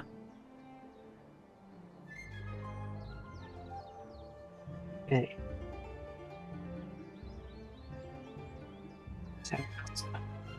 This is a pretty wild duet board. I think Swiftly, Terracotta, sorry, cannot link up those 3 tokens in the top right anymore because they run out of forest spaces. Unless they pull Cassowary, which would be hilarious. Yeah. And Swiftly sort of got two groups of tokens going on the side of the board, so probably not going to be able to pick those up. Yeah, both players kind of building 2 blobs, really. Not really being able to find the way to link them through just yet. A little bit atypical. But I think that might just be because Swiftly probably didn't have the intention of building a big cluster of duet tokens, expecting to run a full wetlands engine, which never materialized, unfortunately. Yeah. Oh, early Kiwi. Okay.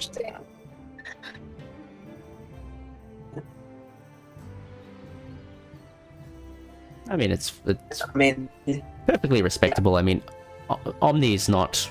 I mean, we have to find more Omni birds to play. At best, it's probably getting to 8 if we get exceptionally lucky, so... You can respect the early ditch. And Kiwi 3 more points on ESP. Like, ESP is going to be... As the youth say, big stonks. Actually, the youth don't say that anymore, so... I'm showing my age. Okay. An opportunity here to block a little bit Swiftly in by taking one of those two in the middle, but no, decided to go on the edge for the last end round, I imagine. And That is rough. That is rough. wow. Right. So you take behaviorists optimistically trying to find another wetland bird. That's not. That's a different color, I guess. And then you take Nestbox Builder. I mean, Yeah. a white-headed duck being a mid wingspan bird is just terrible for data analyst. I think Wetland Ranger, the whole Ranger series, is probably some of the worst bonus cards in the game. Yeah, agree, totally agree. And yeah, could this be the moment that gives us a third game here? This Kiwi. It's yeah, pretty unfortunate. And We kept going for the Ranger. Ranger then. Okay. And kept Ranger. I don't know how they see a path. The biggest issue with the Ranger bonus cards is that if the score of the bird is equal, that breaks the streak. So even if they played the Heron and the Canada Goose, that would not qualify for Ranger. And White-Headed Duck already being a 4-point card, I mean they're obviously just trying to hit lower bound here because they're not going to fill out the wetlands, but you either have to go 5, 6, 7 or 5, 7, 8. We only have 2 3s, so it's rough. It's really rough. Yeah, and on top of that, if he wants to get a behaviorist column, then it's even less flexible trying to get a bird in the next slot. To find a bird that helps a Ranger and behaviorist, I mean, yeah. It's like just the Australian Raven or something, right? Like a nice yellow power that can go in the wetlands. Yeah, it's right, yeah. Ooh, Canada Goose. Go. Just Canada Goose for... I mean, Terracotta's really playing hard for this last end of round. Like, all of their last token placements have all been to try and qualify for that last one. Phil, unfortunately, misses. Phil will get one more try, but... I feel if Phil scores one bonus card, you don't feel too bad about it. It's like, that's a little annoying, but I can live with that. But when it scores like 2, you're like, come on, Phil. Why don't you do this for me? Yeah, absolutely. Yeah, it's one of the first times I ever played it, it hit 3 out of 3, and I thought it was godly, and then ever since it's hardly got me anything, to be honest. Very rarely. We love a bit of Phil gaming around these parts.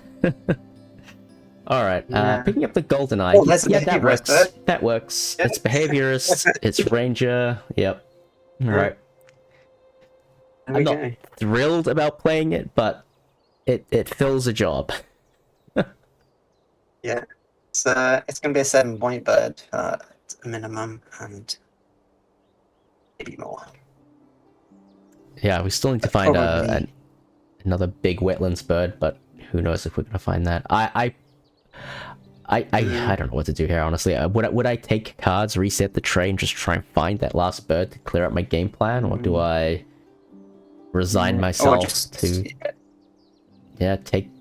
I mean, you can just run the grasslands a couple times, give out some seeds. It's 6 points. Yeah, it's 24 points. I mean, we don't play Planeswanderer, so play Planeswanderer.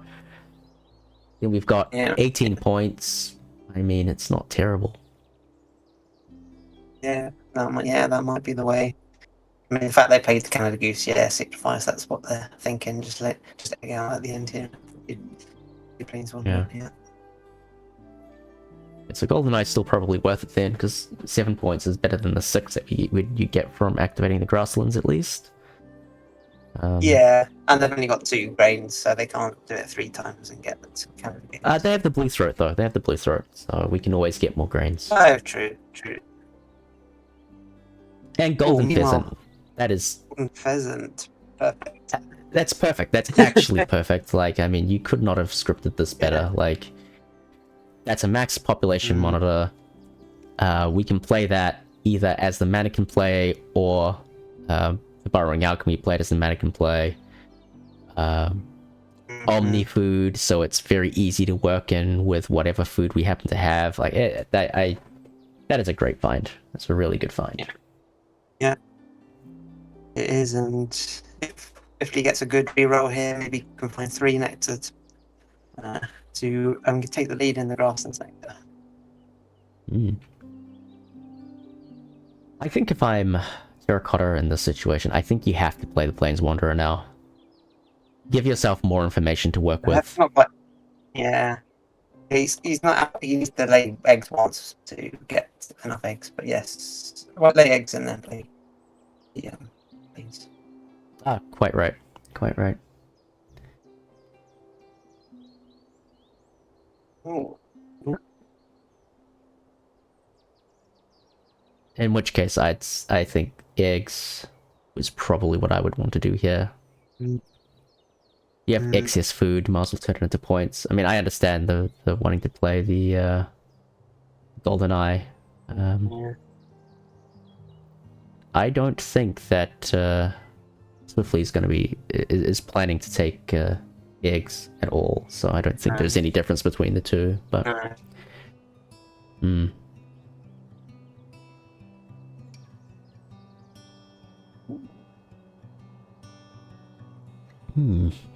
very interesting game of kind of like plans not really working out for either player particularly well. Yeah, absolutely. Yeah, it's been quite even actually. Yes, and both players with various issues of just not finding the group stuff. Oh yeah, there's the next. Yeah, it's exactly what Swiftly wanted to see. That may be enough to swing the nectar. It will at least tie it, I think. I don't expect Terracotta to take nectar just to play the Plains Wanderer, but that should get the tie in the grasslands, which is in another +3 points for them.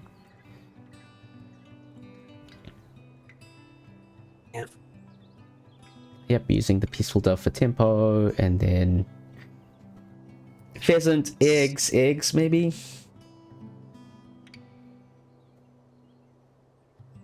Yeah, or borrowing our eggs because you might get an activation on it. Eggs. Ah, yeah, you could do. Yeah, that's actually probably better. Play the Burrowing Owl and throw the nectar for the egg cost. Yeah. And so you don't know how valuable those eggs might be to your opponent as well. Playing it, so playing it with the mannequin makes sense. Yeah, no, absolutely. That's absolutely the correct thing to do. And Terracotta, you have to lay eggs here. I don't think there's any other way.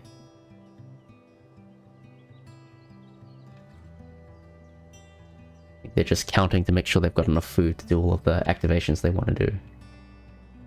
I think they do once you get the Plains Wanderer down. Because you spend the nectar and the worm on the Plains Wanderer, you throw the fish for the extra egg, and you've perfectly managed your resources. That always feels really satisfying. Yeah. Yes, it does. But you feel like you've been in a very efficient game. You feel like you've done everything that you can with what you've been given. You're like, well, it's all out there on the board. I have converted everything I can into points. Yeah.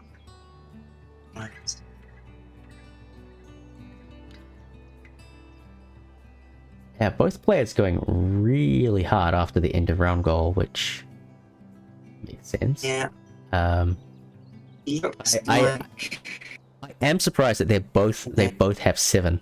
I think that's very unusual to see. Yeah, just like I think Terracotta can win it here with a slot at the bottom of the board with Plains Wanderer. Yeah, I think you are correct. And I don't think you play. I don't think you play the Golden Pheasant just to tie the end of round. I don't think that's worth it. Well, it might be because it's like 5 points. It's worth 5 points to you, so it may well be. if you do it then instead of, yeah, I mean, Yeah, I think Yeah. the 4 eggs is more than the 3 points you get by tying. And actually, no, wait, is there a Plains Wanderer spot? Oh, and Mech Engineer. There we Ooh. go. It's a bit of a saving grace there. Yeah. Yeah, and actually there was not a spot for the Plains Wanderer. So Golden Pheasant could win it, but I just off the top of my head, I feel like the 4 points you get from laying eggs is worth more. Actually, it's 3 points. Because of the golden eye. Mm. But we have to lay eggs anyway to get the pheasant down, so it's fine. Yeah. No. Yeah. Yeah. 3 points plus the potential burrowing owl hit is probably better. Yeah.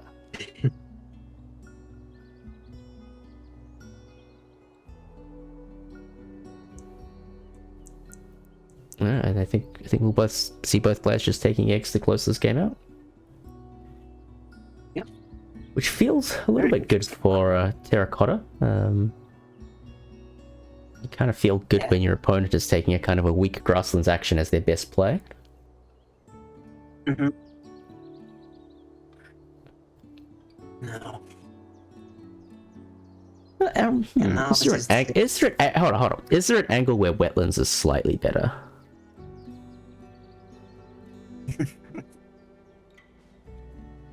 No, there isn't. Oh no, you need the nectar, I think. No, they've spent the nectar. Yeah. Yeah, we don't have any extra cards at hand. Never mind me.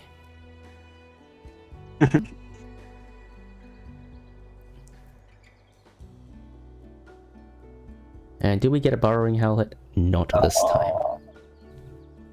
Poor old burrowing owl. Actually, I think the wetlands was a better activation because you don't give away the free egg. And you get a +1 worth. Yeah, I suppose so. Yeah. Technically. It's closed. Yeah. It doesn't matter. We've already sealed up the food tiebreaker. He's got loads. Anyway, He's got loads alright. of food. Here we go. Okay. Here we go. Last roll of the dice. Golden pheasant for, what's that, 6 points, I think? Yeah, very nice. And you hope that your opponent doesn't have Wologist because they're on 8 birds at the moment. Yeah. But, I mean, they don't, so that's alright. I think that was one of that Twiffy's Alright. choice at the start, actually. Let's see how we go. Very close on bird points. And obviously Terracotta's going to pull into lead after bonus points, but have there been enough tucks to compensate for the difference in bonuses? Will we get a game 3? It is very close. Yeah. And we are going to a game 3. GG. Really interesting game. Yeah, really fascinating. Lots of decisions. Yeah, one of those games where it very easily could have been a blowout, but then the game was mean and forced a lot of very difficult decisions on both players. You got a feel for Terracotta though. Kiwi giving back 4 zeros. Not the goal when you put down that bird. No. It would have been unlikely for him to have won the game with the better bonus cards because that's quite a lot of points to make up, but yeah, certainly that was pretty. Alright. Excellent. So I think we're going to game 3 then, and I think you're hopping off, Terminator? Yes, I am. And replacing me is Lana Durant, I believe. So, thank you very much, everyone. Yeah. Have a good Thanks day. very much. See you around. I think we have to also figure out who is going first, and what game mode we are playing for game 3. Let's check the rules.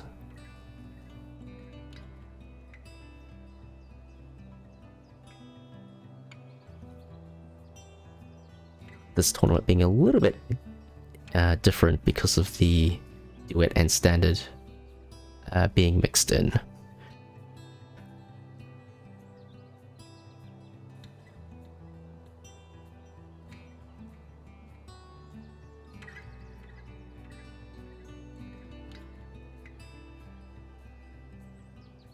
Alright, so the player who had the most points gets to choose whether they want the game mode or to go first. This will be interesting. I think if we go by the tournament meta, we would expect that whoever has the choice here to pick going first, and then the other player will pick the game mode, and it will probably be standard. But maybe we get a spicy duet game.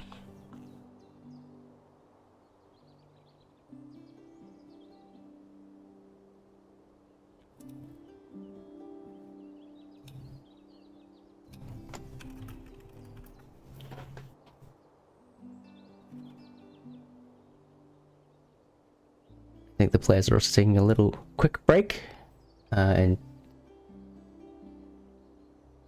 Alright, so the players have selected... Terracotta got choice by scoring more points. They selected going first. And Swiftly picked duet, which I appreciate. Bold choice. Picking up the win in the duet game and then running back the duet. I think that's pretty bold. But I think the world needs more duet games, so I'm not sad at this outcome in the slightest. And Terracotta has some fun birds in hand. I really like the look of this Wagtail. I think Wagtail is a really fun game. Mannequin is a very useful bird, hits a lot of the bonus spaces in the grasslands, and Indigo Bunting is a classic, so I think this is prime Willy Wagtail territory, which always means we get a bit of chaos and a lot of fun stuff. And I think we've had a quick change, and I think, Alex, you're joining me now. Yep. Hello again. Hello everyone. Hey, welcome back. Yeah, I mean, I had a little to no success in duets, so you have to help me here. I mean, the birds, as you mentioned, are great. Indigo Bunting, obviously. Shout out Flan. Willy Wagtail as well. Flan is a big on those two. Oh, and ESP as well. Yeah, I think Terracotta has drawn DSP 3 times now. This is crazy. Correct. I mean, 2 in a starting hand and 1 for choice between ESP and Stickiness, I believe. Yeah. Yeah. True.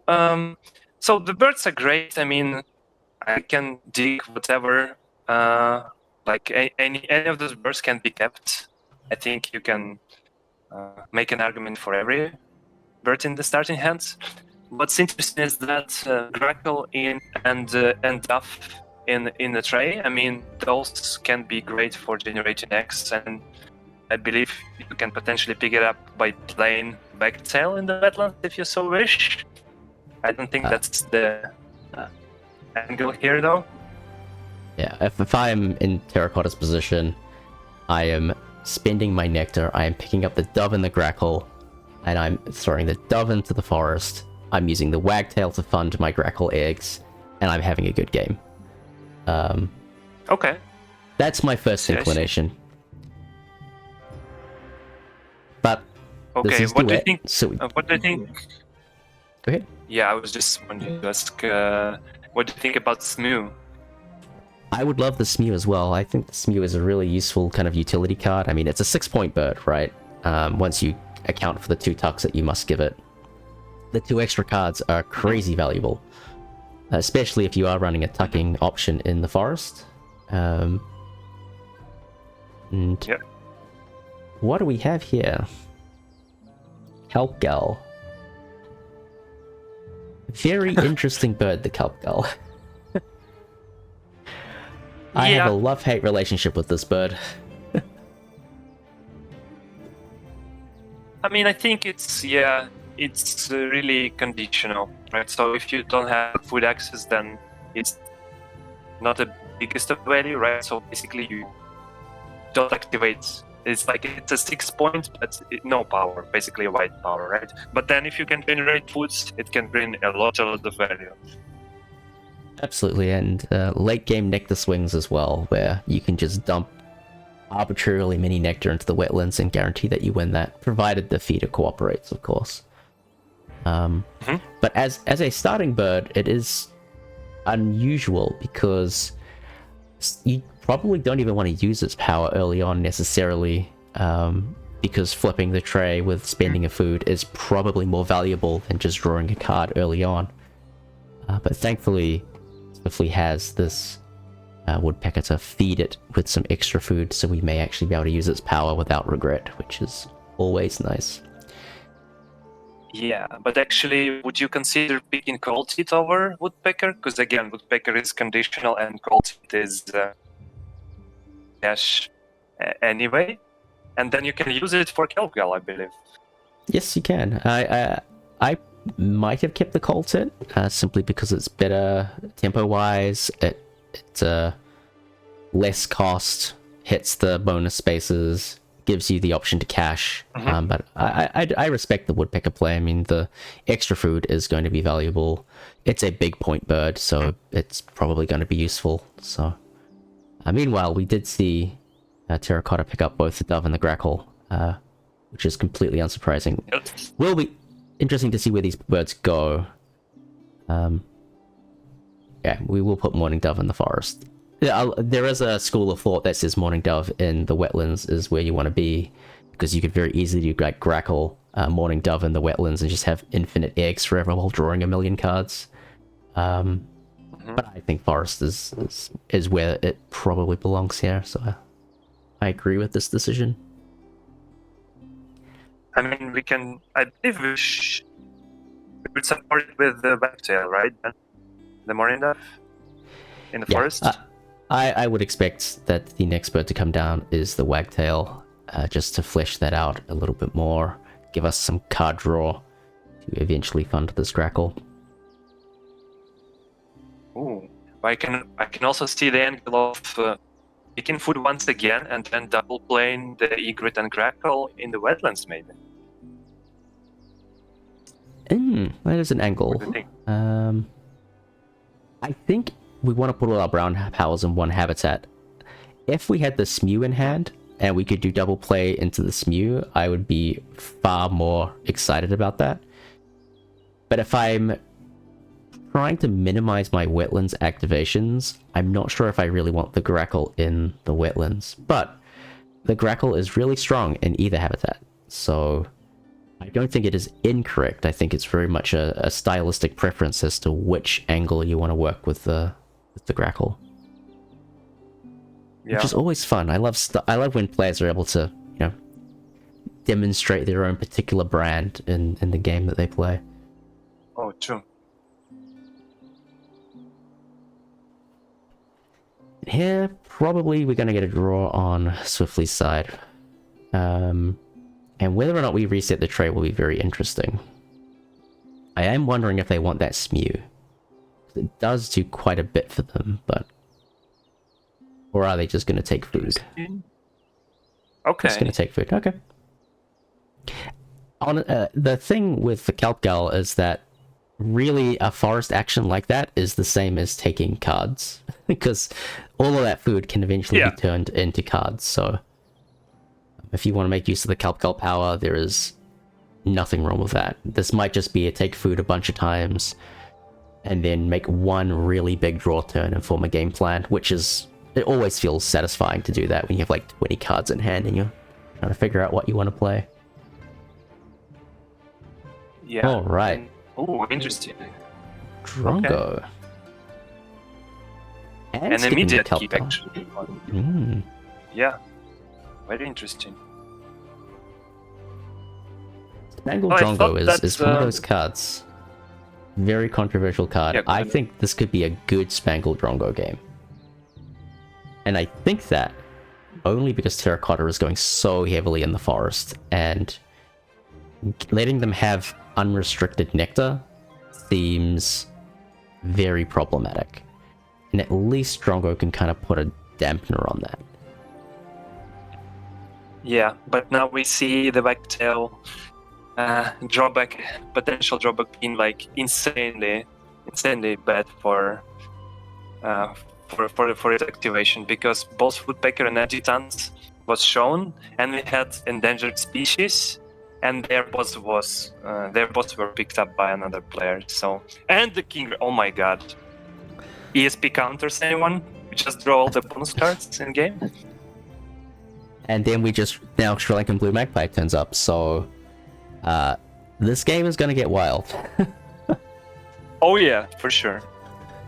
We're looking at big scores here, potentially. I mean, yeah, two wild turns right away. It looked like nothing much happened, right? But then we picked up great cards, and then the other one showed up 16th. And I wonder, like, how mentally hard is it for a player to join cards and revealing all the great cards for the opponent, and then it turns on them right away. Yeah, I think if you're used to playing the Wagtail, you have to be okay with that happening sometimes. Like, that is the risk you have with this bird. It is not the Wood Duck. You don't just get free cards for forever. There is a risk associated to pulling things from the tray. Alright, Drongo's going away immediately. Fair enough. And I think it's very fortunate for Swiftly that they have the platform builder bonus card, because I don't know if the Adjutant's going to be a guaranteed play. Especially if you see Terracotta go into this heavy forest caching style, because you just have no idea what that bonus card would be. We know it's ESP, but Swiftly has no idea it's ESP. But because it already hits their bonus card, they're probably just going to play it to hit the bonus card anyway, and then luck into an incredible ESP steal, basically. Yeah. And again, as we said earlier, Terracotta hits ESP 2 times, and third is the charm, so maybe it's an information to the player being like, okay, yeah, why not the third time as well? So it looks like we're going to get the Sri Lankan Blue Magpie in round 1 played. Always the big decision when this bird comes down early. Do you cache your 2 fish this early on in the game? Caching fish, I'm okay with, and the other food I will consider. I mean, we have fish for egret, right? But then still gonna activate forest anyways to generate value. So at this point, I think we just cache it. 2 extra points at least. Yeah, I'm really unsure. I think you're probably correct, because we can't play the Grackle immediately with 2 fish. Yep. So we have to take a seed and then whatever afterwards. And keeping the fish is not going to speed that up at all. So I agree that in this instance, caching those 2 fish are probably worth it. However, if there was a seed and a fish, I think you probably want to hang on to that, so you can play the Grackle immediately at the start of the next round. Yeah, and also I can come back to my older plan and say, like, let's pick up food for double play. Though at this point it seems like it's not possible, because we cannot discard for an extra food, so we have to go forest twice at least. I mean, maybe that's what they choose to do. They choose to skip the fish. Yes. No. Yeah. I don't hate it. I mean, it's both options are in consideration. It's Wingspan is a game of choices, and so I love when these instances pop up, and that is a really cool tray. I really like this common green magpie. I think it can be, especially if Terracotta got their hands on it, I think it's just like 3 points. You can cache rats, build up to a pallet dissector if you happen to find it or something. Catbird is pretty nice. This is a really fun tray. Yeah. You mentioned green magpie. I actually look over this card a lot. I mean, it does not excite me that much, but yeah, it can work definitely here. But with a lot of games, I learned my lesson and I pick up the repeaters every time, regardless of whether I'm going to play them or not, because I get burned so much by keeping the Martin birds in tray and then my opponent showing all the engine birds right after it, and then like saying, "Yeah, you left me the birds."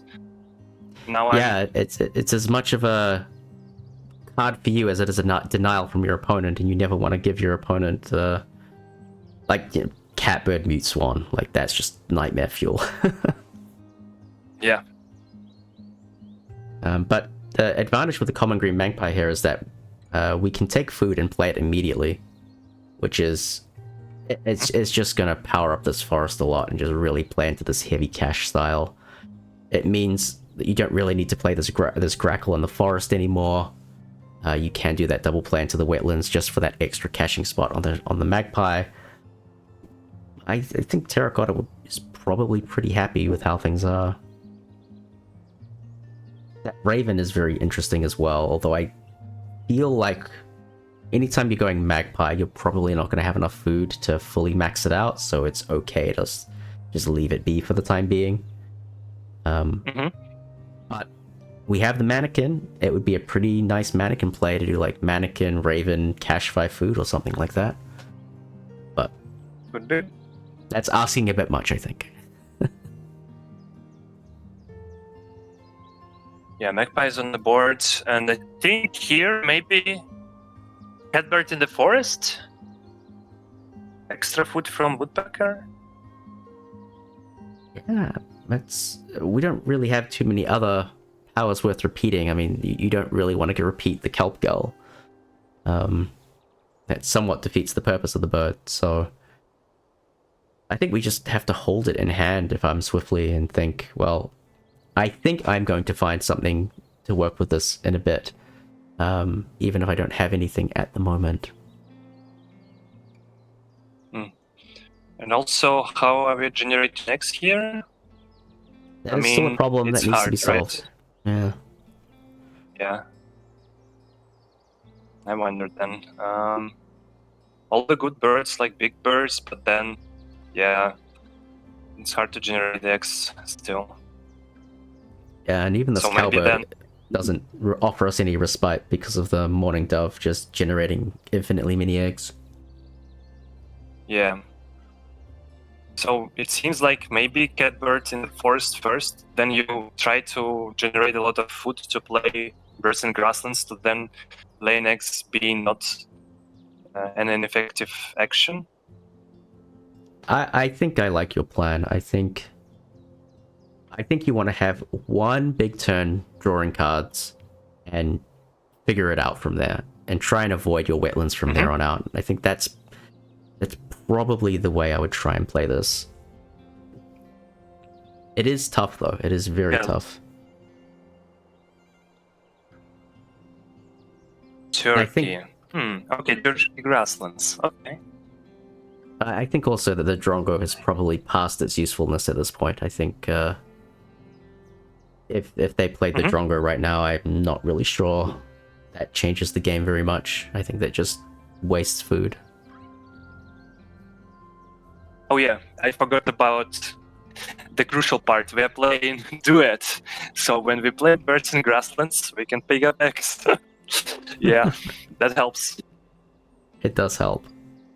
I don't think that changes very much, though. I'm not sure why there was an urgency to play the turkey. I mean, our opponent is clearly just going to take forest birds forever, and then... yeah, I think you really need to get this... Like, we have some good stuff in hand, but we're, like, missing, like, the 1 or 2 components to bring it all together. I didn't even know what we're looking for, like a chipping sparrow or, oh, a grackle would have been perfect. We're not gonna get that, obviously. Bioweaver would even be kind of nice. Like, you could throw that in the grasslands even. And just get some monster turns, throwing away all the cards you get from the Kelp Girl. Just anything that allows you to score points off of tucked cards will be high value here, I think. Yeah, I mean, even thinking about Ash-throated Flycatcher or maybe the Bobolink. Mm-hmm. Again, we're Yeah, playing but- the birds, spending food, generating extra X. Yeah, no, that would be good. Yeah, Bobolink for the ground nests makes a lot of sense. Or even, I think we've already seen the Inca Dove, so I don't think that can come up again. But yeah, like, is now the time. I think it's getting a little bit spooky for Swiftly. Like, I really want to get these birds down, but I'm not sure how you do it with such bad egg production yet. Looks like they're going to... Okay, they're going to play into the grasslands. Is this going to be a catbird grasslands, copy the eagle, and just kind of do what we can strategy? I don't hate it. I think it's an option for sure. And while building this engine, we're playing a lot of big point birds still. So yeah, my makes sense. My only concern is that I feel like we're resigning ourselves to this is our hand, and these are the birds that we must play. And I'm not sure if this is enough to win the game yet. But I am not sure. It's a tough one. Yeah, but at this point in time, like, you have to ask yourself, do I want to work with what's good, or do I want to find what's really good? And then it's basically the question of whether Kelpgal hits the perfect bird for us or not. And I think going with the plan of I'm playing something good right away is like, I would rather take that route instead of trying to sort of gamble and try to go into the deck. Yeah, that is one of the extra time. classic trade-offs in Wingspan. The is what I have good enough, or do I need to go digging for more stuff? And very difficult. Oh, using the... Oh, that was so cute. Okay, using the Great Egret to draw a card, picking up the Raven and double playing into it. That is very cute. That's the kind of stuff that makes Duet really fun. Yeah, that's great. That's a great play. That's what, 13 points minimum.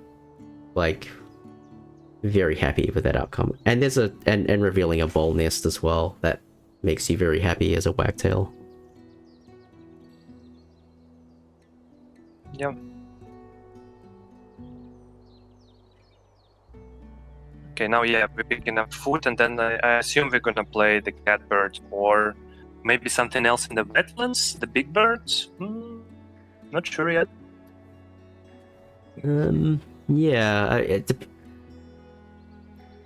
Oh, catbird's getting discarded. Interesting. Nah, I mean, I didn't like it right now. Maybe it's just to mess with us, to show. Well, twice. Okay. Now I don't understand the plan then. Yeah, I mean, what I will agree on is that the turkey and the eagle are two good birds that you will want played in most games, so I don't have any issue with that. I think maybe the plan here is play stuff into the wetlands. Maybe this, even the night heron doesn't really work, but play stuff into the wetlands and see what the next tray has, because Swiftly is losing this end of round, so they will get first crack at the tray and do their best to find something worthwhile playing at the start of round 3.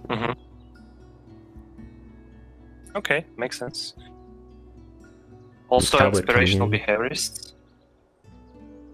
That looks very behavioristy on Terracotta's side. Yeah. If I'm Swiftly, I look at that and go, behaviorist, we're not doing so well on that. Yeah.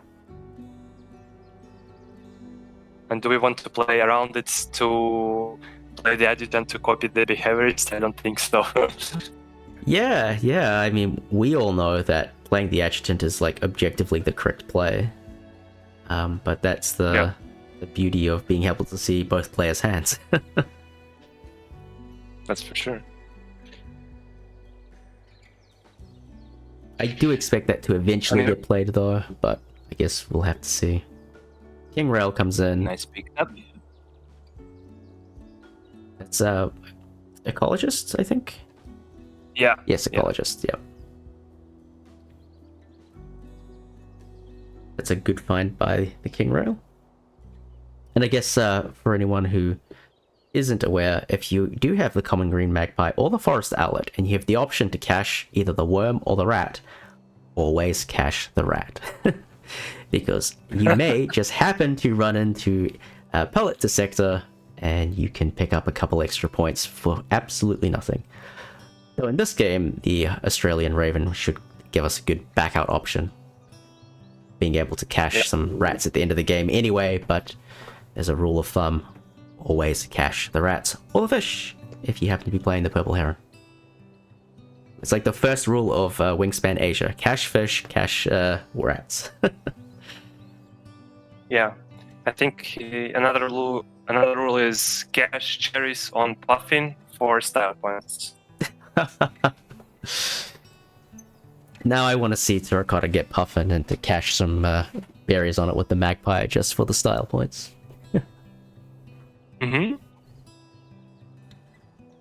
Yeah, so 4 caches already. I mean, that's fine. Going into round 3 for Sri Lankan magpie Valley, right? I mean, and I believe you can generate more easily. Yeah. I mean, the magpie is now kind of set up like it's gonna start scoring the big points, and this is why when Asia first came out, there was that meme circulating around coronating the new king, the Sri Lankan blue magpie, because this bird, in the right circumstances, well, this bird actually often is just worth playing regardless of your circumstance, but in the right circumstance, this thing is crazy. Yeah. Looks like Swiftly wants to take this red start. I wonder what that motivation is. I wonder if it's just to deny points from this magpie, because it's an easy pickup with the wagtail, and in theory it's just +1 point every time it's activated. Yeah, but do you know, blue Gnatcatcher, I mean, pretty much the same. It's, yeah. Less points though. Exactly. This is the strength of the magpie. There are so many birds that just work so well with it.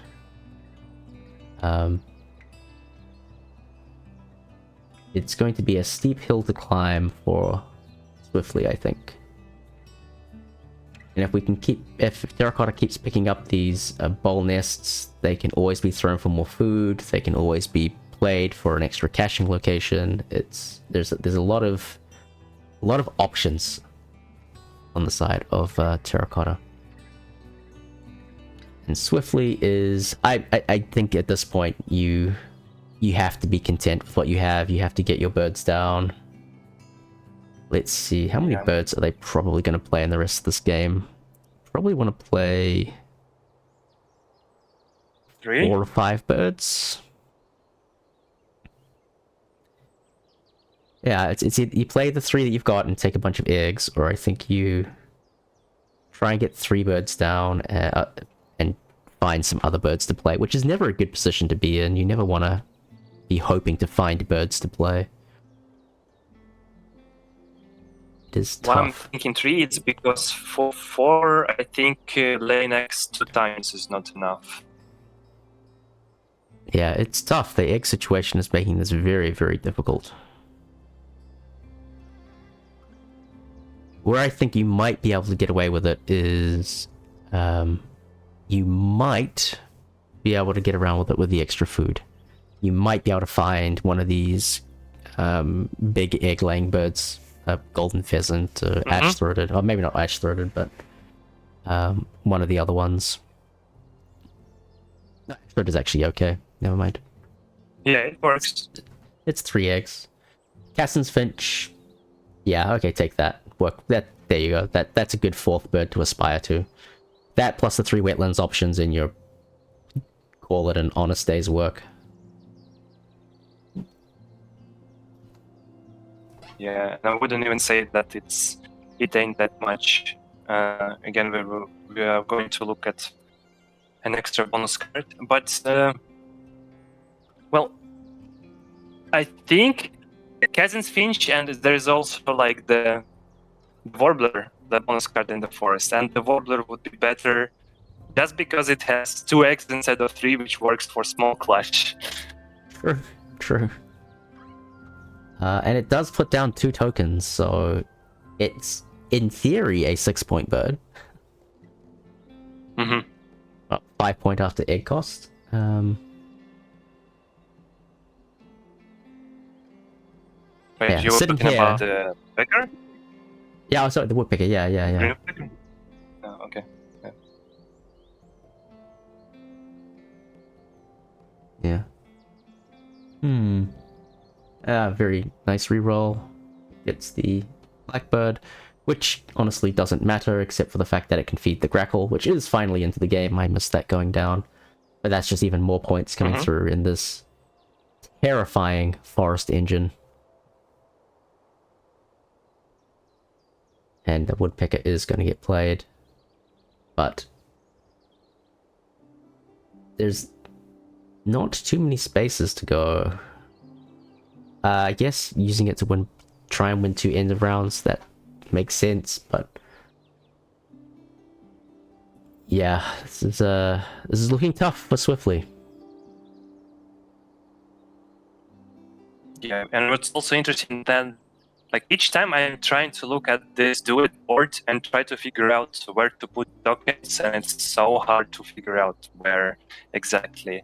So the Woodpecker was played into grasslands, and now I wonder where were the tokens, right? So they were put to maybe take the lead in round 3 and end of round, right? Yeah, it was something like that. it was the bird facing right and the berry Cherry? food. Yeah. Yeah, and I thought for myself maybe it's good to maybe try to dissect the boards into 2 parts. So taking the grub and the grain, if we play our bird with the nectar, right? So that's possible. I'm not sure though. Yeah, I think it's tough because I think Terracotta's really cornered the upper right of the board. So Yeah, it is very easy for them to connect. Not much value. Pretty easy to connect there, yeah. And I think Terracotta is pretty satisfied with the number of birds they have. They don't necessarily need to play any more birds. They have plenty of outlets for points. They probably will want to play birds, but it's you know, you're not completely upset if you don't play anymore. Gonna play the Blackbird. Like normally, why would you be playing a Blackbird this late in the game? But in this situation, it's another place to score points. It's another bird down, so you can cash another resource on it. It spends an egg on the Grackle. It is realistically, again, a 6-point play plus tying of the nectar. So on the surface, it looks like a pretty low point play, but in practice, it's gonna score not very well, but admirably well. Yeah. And the question of game 3 is, will the adjutant be played? Yes, because we know, and they don't, that this Cassin's Finch is actually worth 7 points if that adjutant comes down. Which makes it an easy play. Ooh. Hello? Are we playing it? Please confirm. Yay! Alright. Exciting. If there was any way that Swiftly was going to have a chance in this game, it starts with that adjutant.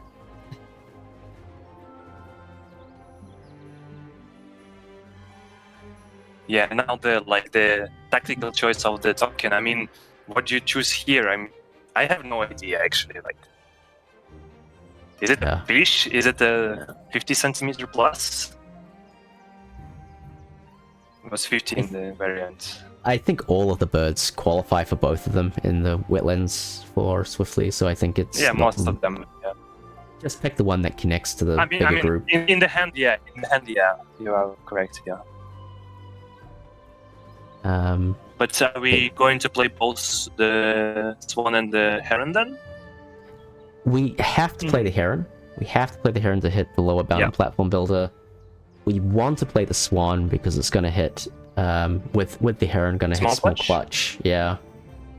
Yeah. So there's very much the intention to do that. Whether or not we can or not is a different question. Yes. So, for Swiftly, what are we gonna do then? We have to take food. We get 4 food. Then we have to take food again, which I guess brings us to 8 food. We take eggs, and then we play 2 wetlands birds, probably. Mm-hmm. And now I wonder, right? So in my mind, so we with the endangered species protector in the hands, we see our opponent playing the adjutant.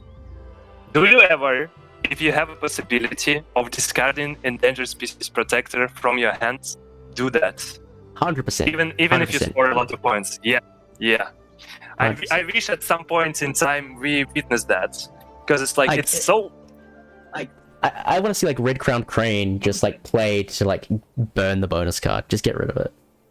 And then in this situation, like don't even draw a bonus card. Just ignore the second half of that power so that they cannot score more than you on it.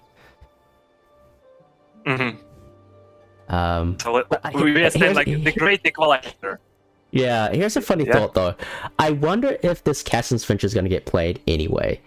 Because if I look at Terracotta's board, I'm thinking they have Behaviorist. It qualifies me for Behaviorist. It helps me with Ecologist, so that's +2. So that's a 9-point bird if I play it. Yeah, I mean, you can make an argument for that, right? Yeah, I wonder if this like fake Behaviorist trap is like actually gonna work into the favor of Swiftly here. I think you gotta try something. I mean, you have this crazy Sri Lankan blue magpie engine going on. You've got to make a wild swing. I don't think the 2 wetlands birds are going to cut it, but you are not scoring on one of you're not scoring on small clutch, I think, if you do that, which is difficult. Yeah.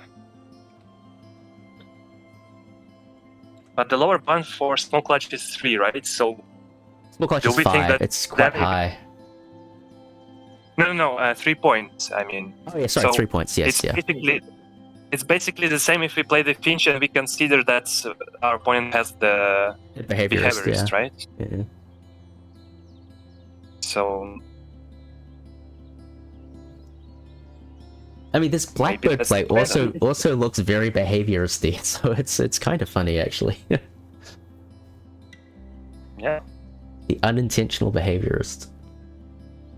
Okay, and here's the commitment. Going. Yep. Okay. And are we able to swing the nectar? We at least are able to draw one of them, right? Right now, as it stands. Best outcome is drawing one of the habitats. Which I think will be... Forest. Yeah, probably the forest, because it's going to leave us with the most food. I guess one, like, really nice problem to have on Terracotta side is that we still don't have a mannequin play. So... I guess they need to find a bird to play, but... I mean... I think we're long past complaining. Rescue? I mean, there's Black Turn for 2 points. Oh, 3 points even. Fine.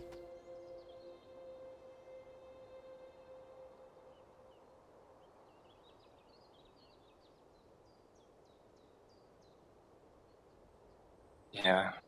I mean, right now the game is about counting for us, right? So. Oh no. Oh no. Oh, that's. Oh no! Wait. No, that's not data? fine.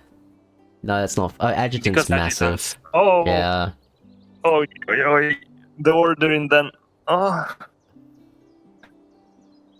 You hate to see it. You hate to see it.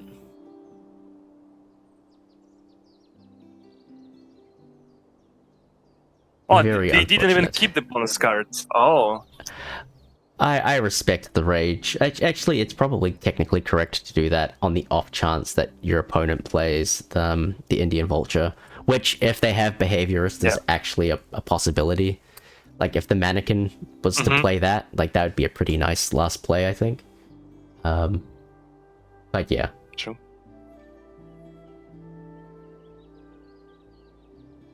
Okay, Bremlin. Doesn't help, but then one extra turn to pick up something to play with the Mannequin. Yeah, you're just gonna take food here, reset, and see what you can do. And if you have to play the black turn, you play the black turn, I think. Yep. Laying eggs as expected, and then this Black Crown Knight Heron to finish things off. Decent points. 11 by playing it.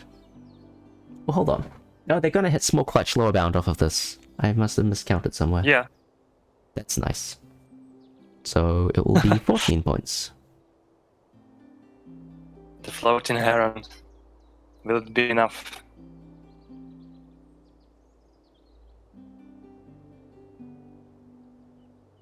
Not the There's gonna jumping be- heron. Yeah, I mean, there's going to be a lot of points coming through between end of round, end of game on Terracotta side. Reset the trade, get the Kiwi, come on, let's see it. Kiwi, unfortunate. Okay. Kiwi to burn the ESP. Yeah, that would be massive, actually. And unfortunately Okay, are we can't connect connecting the two something? tokens. No, unfortunately No, there's yeah. that one worm spot ruined everything, so really good denial, really good token placement there by Terracotta to deny swiftly that possibility.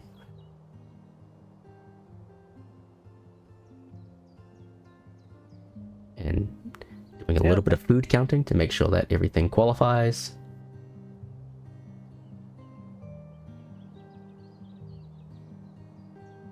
Yeah, it's enough. Well, I mean, we'll probably get... I guess in this case, in the black turn is only worth 2 points. Yeah, so Nope, just cashing everything. we are getting extra value from... Yeah, we basically cash everything. We play Grandala anyways. And then what's ever left, it's on the Raven. Right, so... Yeah. I don't think we play Grandala. I think we play Black Turn here, but I don't know. It's tough. Not having the berry is unfortunate. Why it's better to play the turn? The Grandala costs 3 food. Yeah, 3 food, and so effectively 2 points, but then the turn... Oh yeah, I understood. Yeah, they're effectively the same. The difference. It doesn't matter. Yeah. I think it's 2 points either way. Okay, Yeah. Final scores. Okay, achievements. Yeah, that's great still. Yeah, that's the bonus card steal achievement. That is a lot of bonus points for Swiftly. That adjutant coming in, very massive. But it's all about these caches. How many is it? That is 27. That is a lot of caches. Plus some tucks. Equal on Nectar, and I think that's going to be enough. 131. That is a big score. Yeah, massive. Well played to both players. That was a really entertaining series, and congratulations to Terracotta for winning the Collid Kingfisher Contention. Yeah, we'll check with the players to see if they will be able to share some thoughts on the games. Yeah.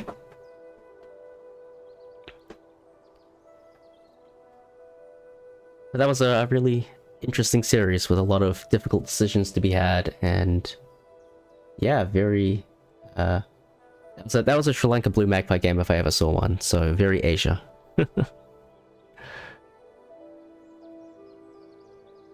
Yep, so let's check with the players. So I see that Swiftly confirmed that he's able to share the thoughts about the games. So I will unmute swiftly and say, yeah, hello, swiftly. Can you hear us? Yep, I can hear you. Yeah. So unfortunately, yeah, second place in the tournament, still very, very great result. But how did you feel about the games? What went your way? What went wrong? Yeah, I was. I can't even remember the first game, honestly. Brain's a little fried, but that game two obviously was a nice start with the bio. We were just, that one flowed pretty easily. But that game three, seeing that starting tray, I knew it would be an uphill climb, and especially once popped that blue magpie.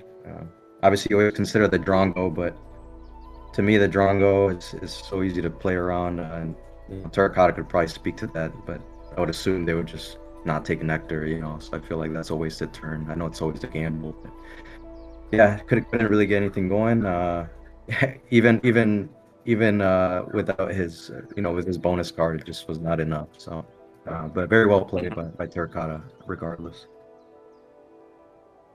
Yep. And can you remember like the specific place when you wanted to basically deny Terracotta something rather than try to build up the points yourself?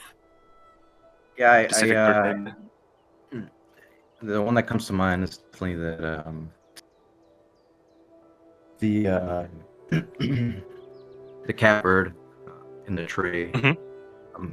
I knew I didn't have anything that great, but for him to be able to, or them, I'm not sure pronouns, but them to be able to pick that up and copy the dove, I knew it would be I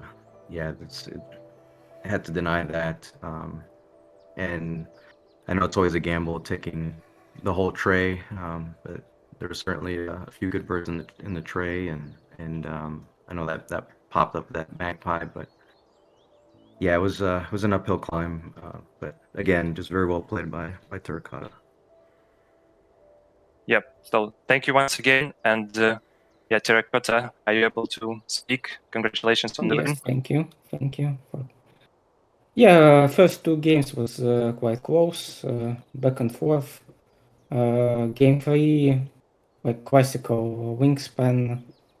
I thought I had a lot, and my opponent didn't.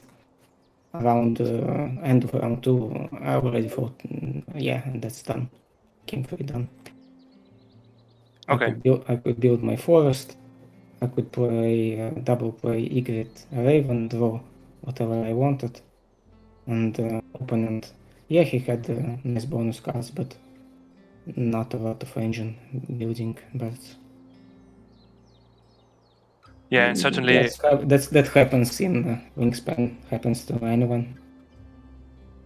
Yeah, that's for sure. I mean, also certainly there were definitely a lot of times where like the cards that were showing up was really, really great, and it was the matter of whose turn was that to pick up those great cards. Yeah. Do you mark like any specific moment in the games where you said like, okay, that's great for me?